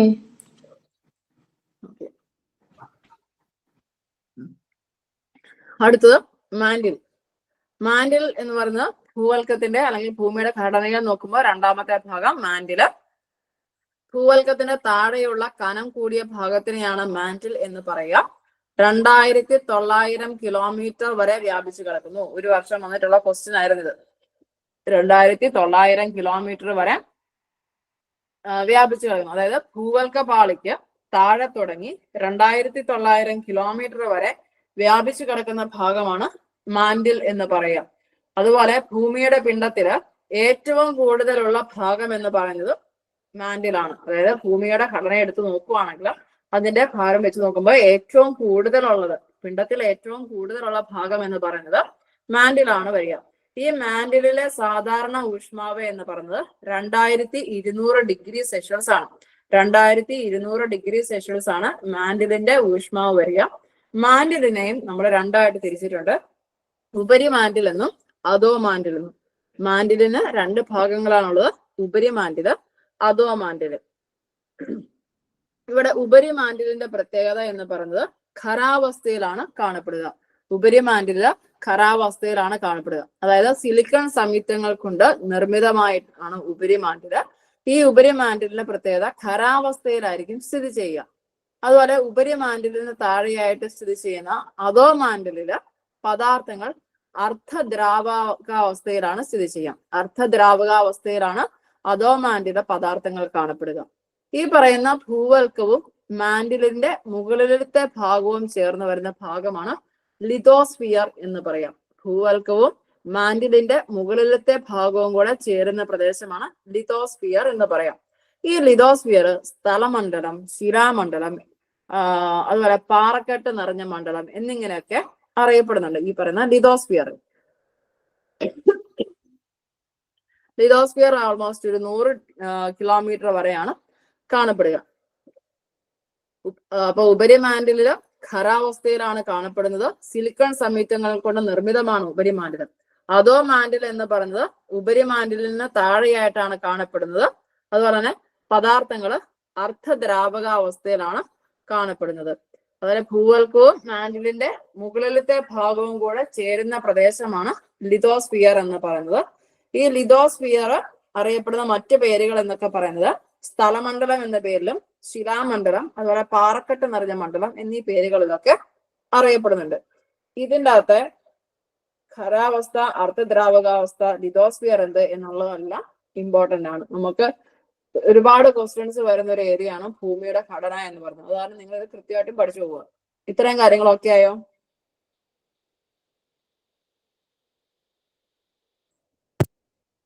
ഓക്കെ, അടുത്തത് അസ്തനോസ്ഫിയർ. ലിതോസ്ഫിയറിന് താഴെയായിട്ട് മാൻഡിലിന്റെ ഉപരിഭാഗത്ത് അർദ്ധദ്രാവക അവസ്ഥയിൽ സ്ഥിതി ചെയ്യുന്ന ഭാഗത്തിനെയാണ് അസ്തനോസ്ഫിയർ എന്ന് പറയുന്നത്. ലിതോസ്ഫിയറിന് താഴെയായിരിക്കും. അതുപോലെ തന്നെ മാൻഡിലിന്റെ ഉപരിഭാഗത്ത് അർദ്ധദ്രാവകാവസ്ഥയിലായിരിക്കും അസ്തനോസ്ഫിയർ കാണപ്പെടുക. ഈ അസ്തനോസ്ഫിയറിന്റെ പ്രത്യേകത എന്ന് പറയുന്നത് അഗ്നിപർവ്വതങ്ങളിലൂടെ പുറത്തെത്തുന്ന ശിലാദ്രവത്തിന്റെ സ്രോതസ്സാണ് അസ്തനോസ്ഫിയർ എന്ന് പറയുന്നത്. അതായത് ലാവ പുറത്ത് വരുന്ന ഒരു ഭാഗമാണ് ഈ പറയുന്ന അസ്തനോസ്ഫിയർ എന്ന് പറയാം. അഗ്നിപർവ്വതവും ലാവയൊക്കെ അറിയാലോ അല്ലെ? ലാവ എന്താന്ന് അറിയാലോ അല്ലെ? അറിയാവോ? ഓക്കെ. അഗ്നിപർവ്വതത്തിലൂടെ പുറത്തെത്തുന്ന ശിലാദ്രവത്തിന്റെ സ്രോതസ്സാണ് അസ്തനോസ്ഫിയർ എന്ന് പറയുക. അതുപോലെ നമ്മൾ നേരത്തെ നോക്കിയാൽ ഈ പറയുന്ന ഭൂവൽക്കത്തിനും മാൻഡിലിനും ഒരു അതിർവരമ്പുണ്ട്. ആ അതിർവരമ്പാണ് മൊഹോറോവിസ്ക് വിച്ഛിന്നത എന്ന പേരിൽ അറിയപ്പെടുന്നത്. മൊഹോറോവിസ്ക് വിച്ഛിന്നത എന്ന പേരിൽ അറിയപ്പെടുന്നത് ഭൂവൽക്കത്തിന്റെയും മാൻഡിലിന്റെയും അതിർവരമ്പാണ്. ഇമ്പോർട്ടന്റ് ആണ്, ഇത് പഠിച്ചു വെക്കണം. അടുത്തത് എന്ന് പറയുന്നത് കാമ്പാണ്. കാമ്പ് എന്ന് പറയുന്നത് ഭൂമിയുടെ കേന്ദ്ര ഭാഗമാണ്. കാമ്പ് രണ്ട് ഭാഗങ്ങളായിട്ടാണ് തിരിച്ചിരിക്കുന്നത്, അകക്കാമ്പും പുറക്കാമ്പും. പുറക്കാമ്പിലെ പദാർത്ഥങ്ങൾ ഉരുകിയ അവസ്ഥയിലാണ് കാണപ്പെടുന്നത്. പുറക്കാമ്പിലെ പദാർത്ഥങ്ങൾ ഉരുകിയ അവസ്ഥയിലും അകക്കാമ്പിലെ പദാർത്ഥം ഖരാവസ്ഥയിലുമാണ് കാണപ്പെടുന്നത് എന്നുള്ളത് ഓർമ്മിച്ചു വെക്കുക. ഈ അകക്കാമ്പിന്റെ ഏകദേശ കനം എന്ന് പറയുന്നത് 3400 കിലോമീറ്റർ ആണ്. അകക്കാമ്പിന്റെ ഏകദേശ കനം എന്ന് പറയുന്നത് 3400 കിലോമീറ്റർ ആണ് വരിക. അതുപോലെ ഭൂമിയില് അകക്കാമ്പിന്റെ ഏകദേശ ഊഷ്മാവ് എന്ന് പറയുന്നത് 2600 ഡിഗ്രി സെൽഷ്യസ് ആണ്. 2600 ഡിഗ്രി സെൽഷ്യസ് ആണ് അകക്കാമ്പിന്റെ ഊഷ്മാവ് എന്ന് പറയുന്നത്. ഈ മാൻഡിലിന്റെയും അതുപോലെ കാമ്പിന്റെയും അതിർവരമ്പ് അറിയപ്പെടുന്ന ഗുട്ടൻബർഗ് വിച്ഛിന്നത എന്ന പേരാണ്. മൊഹോറോവിസ്ക് വിച്ഛിന്നതയുണ്ട്, ഗുട്ടൻബർഗ് വിച്ഛിന്നതയുമുണ്ട്. അതിലെ മൊഹോറോവിസ്ക് വിച്ഛിന്നത എന്ന് പറയുന്നത് ഭൂവൽക്കത്തിന്റെയും മാൻഡിലിന്റെയും അതിർവരമ്പാണ് എന്നുണ്ടെങ്കിൽ, ഗുട്ടൻബർഗ് വിച്ഛിന്നത എന്ന് പറയുന്നത് മാൻഡിലിന്റെയും കാമ്പിന്റെയും അതിർവരമ്പാണെന്ന് കൂടി ഓർമ്മിക്കുക. അടുത്ത മറ്റൊരു പോയിന്റ് ഉണ്ട്, അത് ഇവിടെ എഴുതിയിട്ടില്ല. നിഫെ, NIFE, നിഫെ എന്ന് വെച്ചിട്ടുണ്ടെങ്കിൽ അകക്കാമ്പ് നിർമ്മിച്ചിരിക്കുന്നത് ഈ പറയുന്ന നിക്കലും ഇരുമ്പും കൊണ്ടാണ്. നിക്കല്, ഇരുമ്പ്. അതുകൊണ്ടാണ് ഈ പറയുന്ന അകക്കാമ്പിന് നിഫെ എന്ന പേരിൽ അറിയപ്പെടുക. നിക്കലും ഇരുമ്പും. നിക്കലും ഇരുമ്പും കൊണ്ടാണ് അകക്കാമ്പ് നിർമ്മിച്ചിരിക്കുന്നത്. അതുകൊണ്ട് അകക്കാമ്പിന്റെ മറ്റൊരു പേര് നിഫെ എന്ന പേരിലാണ് അറിയപ്പെടുന്നത്. നിക്കലിന്റെ അതുപോലെ തന്നെ അയണിന്റെയും കൂടെ മറ്റേ സിമ്പിൾ വെച്ചിട്ടാണ് നിഫെ എന്ന് പറയുന്ന പേര് വന്നിട്ടുള്ളത്. അപ്പൊ ഇത്രയും കാര്യങ്ങളൊക്കെ ആയോ? ഇപ്പൊ നമ്മള് ഓൾമോസ്റ്റ് ഭൂമിയുടെ ഘടന തീർന്നു. ഭൂവൽക്കം എന്താണ്, കാമ്പ് എന്താണ്, മാൻഡിൽ എന്താണ് എന്നൊക്കെ പറഞ്ഞു. ആർക്കെങ്കിലും ഈ ടോപ്പിക്കിൽ, അതായത് ഭൂമിയുടെ ഘടനയുമായി ബന്ധപ്പെട്ട എന്തെങ്കിലും ഡൗട്ട്സോ കാര്യങ്ങളോ ഉണ്ടോ?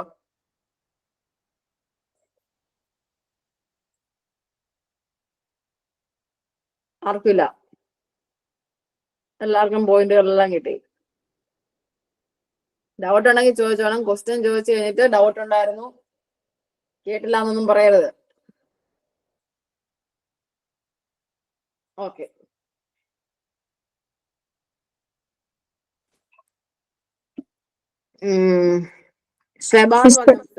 മിസ്സേ, അസ്തനോസ്ഫിയർ ഒന്നും കൂടെ പറയോ? അസ്തനോസ്ഫിയർ എന്ന് പറയുന്നത് ലിതോസ്ഫിയറിന്റെ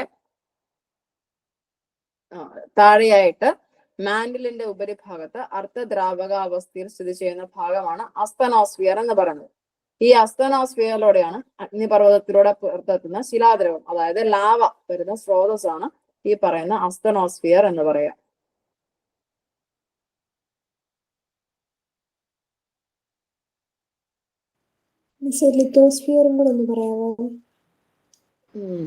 ക്വസ്റ്റ്യൻ ചോദിക്കുന്നത് കേട്ടപ്പോഴാണ് എല്ലാരും സംശയം വന്നേ. ലിതോസ്ഫിയർ എന്ന് പറയുന്നത് ഭൂവൽക്കവും അതുപോലെ മാൻഡിലിന്റെ മുകളിലത്തെ ഭാഗവും മാത്രം ചേരുന്ന ഭാഗമാണ് ലിതോസ്ഫിയർ എന്ന് പറയാം. മാൻഡിലിന്റെ മുകളിലത്തെ ഭാഗവും ഭൂവൽക്കവും കൂടെ ഉൾപ്പെടുന്ന ഭാഗമാണ് ലിതോസ്ഫിയർ.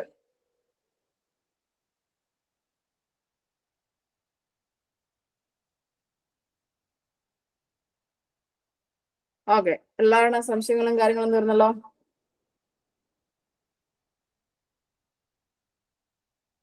ഓക്കെ, അങ്ങനെയാണെങ്കിൽ സോഫി എന്ന് പറഞ്ഞ ടീച്ചർ ഉണ്ട് എൻ്റെ അകത്ത്.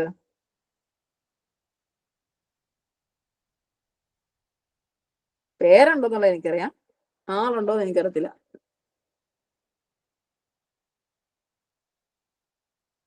സ്ക്രീൻ ഷെയറിങ് ഓഫ് ആക്കിയിട്ട് അവസാനം എന്നെ കൊണ്ട് ഇത് മൊത്തം കുളമാക്കരുത്. ഐശ്വര്യ,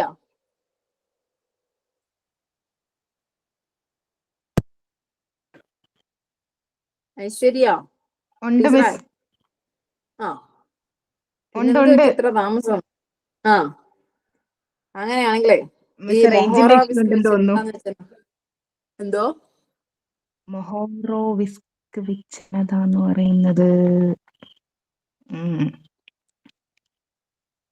മാൻഡിലിന്റെയും ഭൂവൽക്കത്തിന്റെയും ഭൂവൽക്കത്തിന്റെ മാൻഡിലിന്റെയും ഭൂവൽക്കത്തിന്റെയും ആ, അതിർവരമ്പാണോ? ആണോ? കേട്ടൊരു ആണോ? ഓർമ്മ. അപ്പൊ ടീച്ചർ ആണ് ക്ലാസ് കയറിയില്ലേ? ആണ് ആണ് ഉറപ്പാണോ? ആണ് മിസ്സേ, ഉറപ്പാണ്. ഓക്കെ, അങ്ങനെയാണെങ്കിൽ ഈ ഭൂവൽക്കത്തിനെ എത്രയായിട്ടാ തിരിച്ചേക്കുന്നത്? ഭൂവൽക്കത്തിനെ ആ, 2ആയിട്ടാണെന്ന് തോന്നുന്നു. 2ആയിട്ടാണെന്ന് തോന്നുന്നു. ആ തോന്നല് ശരിയാണോ സോഫി ടീച്ചറെ? ആ ടീച്ചർ എൻ്റെ അകത്തില്ലേ? ഞാൻ അങ്ങനെ ഒരു പേര് കണ്ടതാണല്ലോ.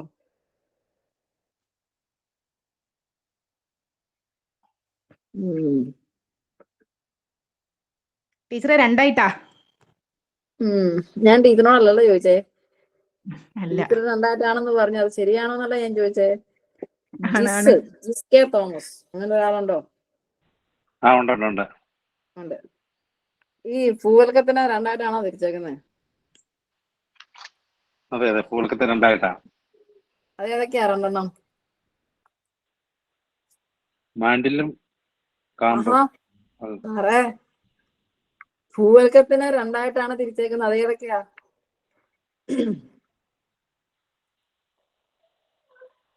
തെറ്റിപ്പോയല്ലോ. വൻകര പൂൾക്കാണോ? വൻകര വൻകര ഭൂവൽക്കോ? പിന്നെ ഏതാ? ഒരെണ്ണം കൂടെ ഉണ്ടല്ലോ. മാൻഡിലാണോ? അല്ലല്ലോ. അങ്ങനെയാണെങ്കിൽ ഭൂമിനെ മൊത്തം എത്രയായിട്ടാ, ഭൂമിയുടെ ഘടന അനുസരിച്ച് എത്രയായിട്ടാ തിരിച്ചേക്കുന്നത്? അല്ല, ഏതൊക്കെയാന്ന് പറഞ്ഞാലും മതി. ഭൂമിയുടെ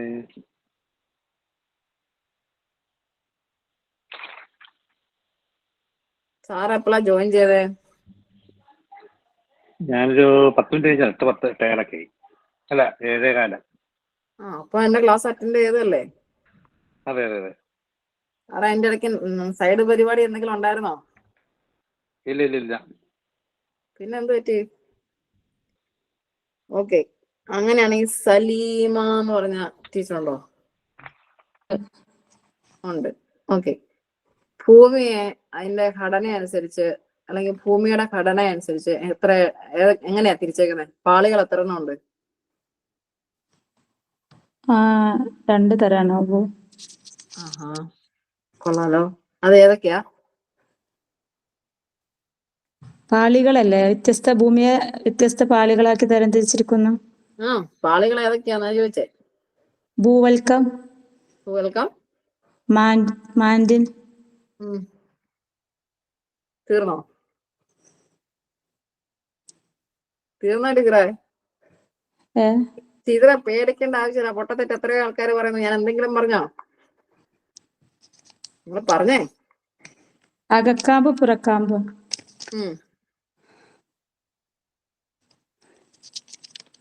ഈ ടീച്ചറെ പറഞ്ഞ ശരിയാണോ ദീപ ടീച്ചറെ? ദീപ ടീച്ചറെ?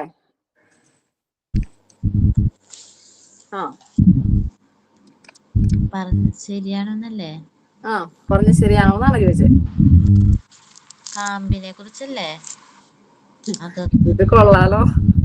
ഞാൻ ഇങ്ങനെ നീണ്ടു പോവുണ്ടല്ലോ. ഭൂമിയെ വ്യത്യസ്ത പാളികളായിട്ട് തിരിച്ചിട്ടുണ്ട്. ആ പാളികളുടെ ഒക്കെ പേരെന്താന്നാ ചോദിച്ചത്.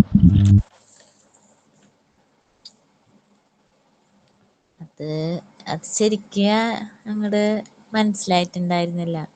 എന്നിട്ട് എന്താ ടീച്ചർ ചോദിക്കാതിരുന്നേ? നിങ്ങളായിട്ട് തന്നെ വന്ന് വരുമ്പോ എനിക്ക് ചോദിക്കാലോ. എല്ലാം കൂടി അങ്ങനെ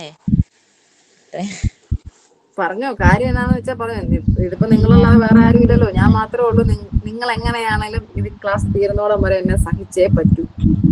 അത് ഇങ്ങനെ കൊറേ നാളിങ്ങനെ പഠിക്കാതിരുന്ന് പെട്ടെന്ന് ഒന്നും അക്സെപ്റ്റ് ചെയ്യാൻ പറ്റില്ല. പെട്ടെന്ന് ഒക്കെ കേട്ടുപോയി എന്നുള്ളത് മനസ്സിലേക്ക് പതിഞ്ഞില്ല. മനസ്സിലാക്കി വന്നില്ല. ടീച്ചർ എത്ര സർവീസിലുള്ള ആളാണോ? അല്ല. ഇല്ല. ബി.എഡ് കഴിഞ്ഞിട്ട് എത്ര നാളായി? ബി.എഡ് ആണോ ഡി.എഡ് ആണോ? TTC ആണ്. TTC ആണ്. എത്ര നാളായി പഠിത്തം കഴിഞ്ഞിട്ട്? പാസ് ഔട്ട് ആയിട്ട് എത്ര നാളായി? 10 വർഷത്തിൽ കൂടുതലായി. വർഷത്തിൽ കൂടുതലായി. ടീച്ചർ ഇപ്പൊ എവിടെയെങ്കിലും വർക്ക് ചെയ്യുന്നുണ്ടോ? കുറച്ച് ഒരു വർഷത്തോളം അടുത്ത് പോയിട്ടുണ്ടായിരുന്നു. പിന്നെ ഇപ്പൊ ഒന്നും ചെയ്യണില്ല. ഓക്കെ. അപ്പൊ അതിന്റെ ഗ്യാപ്പാണ് ടീച്ചറിന്റെ പ്രശ്നം. അതുകൊണ്ട് ഇങ്ങനെ പെട്ടെന്ന് ക്യാച്ചിങ് പവർ കിട്ടണില്ല. ഓക്കെ. ടീച്ചറിന് മൈക്ക് ഓഫ് ആയിക്കോ.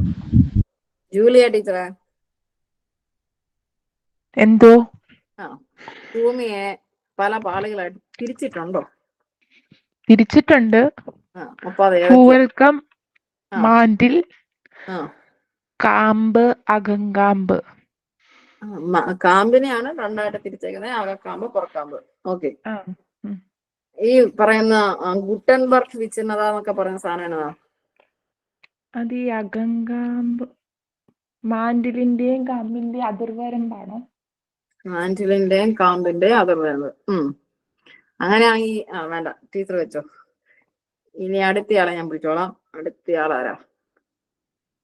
നന്ദന ലക്ഷ്മി, അങ്ങനെ ഒരാളുണ്ടോ? ഉണ്ട് മിസ്. ഓക്കെ. അങ്ങനെയാണെങ്കിലേ ഈ അസ്തനോസ്ഫിയർ അല്ല, അസ്തനോസ്ഫിയർ എന്ന് വെച്ചാൽ എന്നതാ? ലിത്തോസ്ഫിയറിന് താഴെയായിട്ട് സ്രോതസ്സാന്ന് പറഞ്ഞു. അതെന്താ സംഭവം? മാൻഡിലിന്റെ ഉപരിഭാഗത്ത് സ്ഥിതി ചെയ്യുന്ന. ഇതെല്ലാം കൂടെ കുളവാക്കരുത്. മാൻഡിലിന്റെ ഞാൻ ചോദിച്ചത് അസ്തനോസ്ഫിയർ ഏതോ ഒരു സാധനത്തിന്റെ സ്രോതസ്സാന്ന് പറഞ്ഞു. അഗ്നിപർവ്വതത്തിന്റെ പർവ്വതത്തിലൂടെ സ്രോതസ്സല്ല, പുറത്തെത്തുന്ന ശിലാദ്രവത്തിന്റെ ആണോ? ഓക്കെ. ടീച്ചർ നിർത്തിക്കോ. ഇനി അടുത്തയാള് ഐശ്വര്യ, അങ്ങനെ ഒരാളുണ്ടോ? ഉണ്ടോ? ഉണ്ട്. എന്നാ പിന്നെ പറഞ്ഞോ. എന്താ ഇറാത്തോസ്തനീസ് എഴുതിയ ബുക്ക് ഏതൊക്കെയാ? ഇറാത്തോസ്തനീസ് എഴുതിയ ബുക്ക് മിൻസും വെച്ച് തുടങ്ങുന്ന വേറൊരു ബുക്കും കൂടെ ഉണ്ടായിരുന്നു, പേര് മറന്നുപോയി. ഒന്ന് മിൻസ് ആണ്. അതൊക്കെ. രണ്ടാമത്തെ ഓർമ്മ. ഇറാത്തോസ്തനീസ് എഴുതിയ ബുക്ക് ഏതൊക്കെയാ? ആതിര ടീച്ചറെ. മിൻസും ഹെർമിസും. അങ്ങനെയാണെങ്കിൽ മറ്റേ അൽമജസ്റ്റ് എന്ന് പറഞ്ഞ ബുക്ക് എഴുതിയതാരാ? അയ്യോ, ഓർമ്മ കിട്ടുന്ന ടീച്ചറെ. ടോളമിയാണോ? ഇല്ല, അത് നമുക്ക് പ്രശ്നമുള്ള കാര്യം. ഇപ്പൊ ഈ ഒരു ക്ലാസ് കഴിഞ്ഞപ്പോ ഇപ്പൊ 8:30 നമ്മൾ ഇപ്പൊ നിർത്തുകയാണ്. ഫസ്റ്റ് സെക്ഷൻ നമ്മൾ നിർത്തുകയാണ്. നിങ്ങളുടെ പ്രശ്നം എന്നാന്ന് നിങ്ങൾക്ക് തന്നെ മനസ്സിലായല്ലോ. ചിലർക്കുള്ള ബുദ്ധിമുട്ടെന്ന് പറയുന്നത് കുറെ നാളുകളായിട്ട് പഠിത്തം നിർത്തി വെച്ചിട്ട് വീണ്ടും പഠിക്കാൻ തുടങ്ങിക്കഴിഞ്ഞപ്പം ബുദ്ധിമുട്ടുകളും കാര്യങ്ങളും വരുന്നു. അതുകൊണ്ട് ചിലർക്ക് ഓർമ്മ കിട്ടുന്നില്ല, ചിലർക്ക് ചില ടേമുകൾ മൈൻഡിൽ നിൽക്കുന്നില്ല. അങ്ങനത്തെ പല പല പ്രശ്നങ്ങളാണ് പറഞ്ഞേക്കുന്നത്. അപ്പൊ അതിനനുസരിച്ച് നിങ്ങൾ വർക്ക് ചെയ്യുക.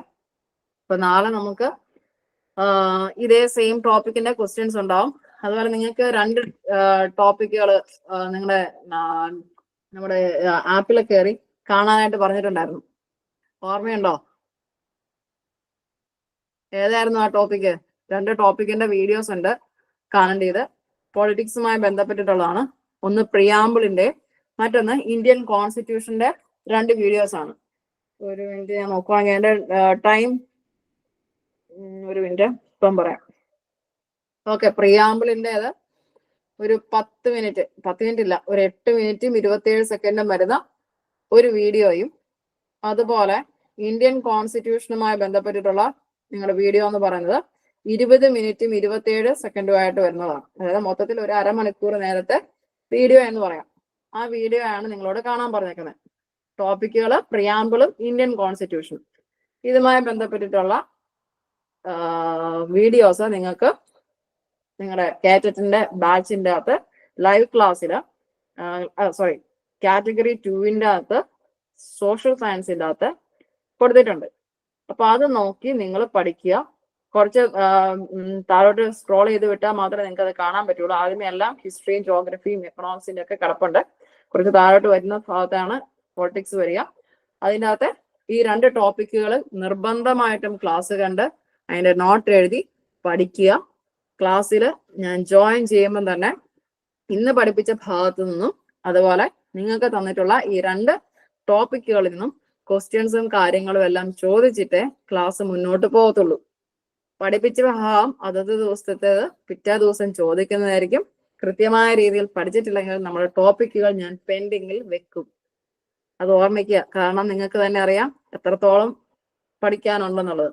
ഹിസ്റ്ററി ഒരുപാടുണ്ട്, ജോഗ്രഫി ഉണ്ട്, പൊളിറ്റിക്സ് ഉണ്ട്, എക്കണോമിക്സ് ഉണ്ട്, അതുകൂടാതെ സോഷ്യൽ സയൻസിന്റെ പെഡഗോജി ഉണ്ട്. അപ്പം കൃത്യമായ രീതിയിൽ നിങ്ങൾക്ക് പറഞ്ഞ സമയത്തിനുള്ളിൽ തീരണമെന്നുണ്ടെങ്കിൽ നിങ്ങൾ കൂടി ശ്രമിക്കണം. അപ്പൊ ഇന്നത്തെ ക്ലാസ്സുമായി ബന്ധപ്പെട്ട ആർക്കെങ്കിലും എന്തെങ്കിലും ഡൗട്ട്സ് ഉണ്ടെന്നുണ്ടെങ്കിൽ ഇപ്പൊ ചോദിക്കാം.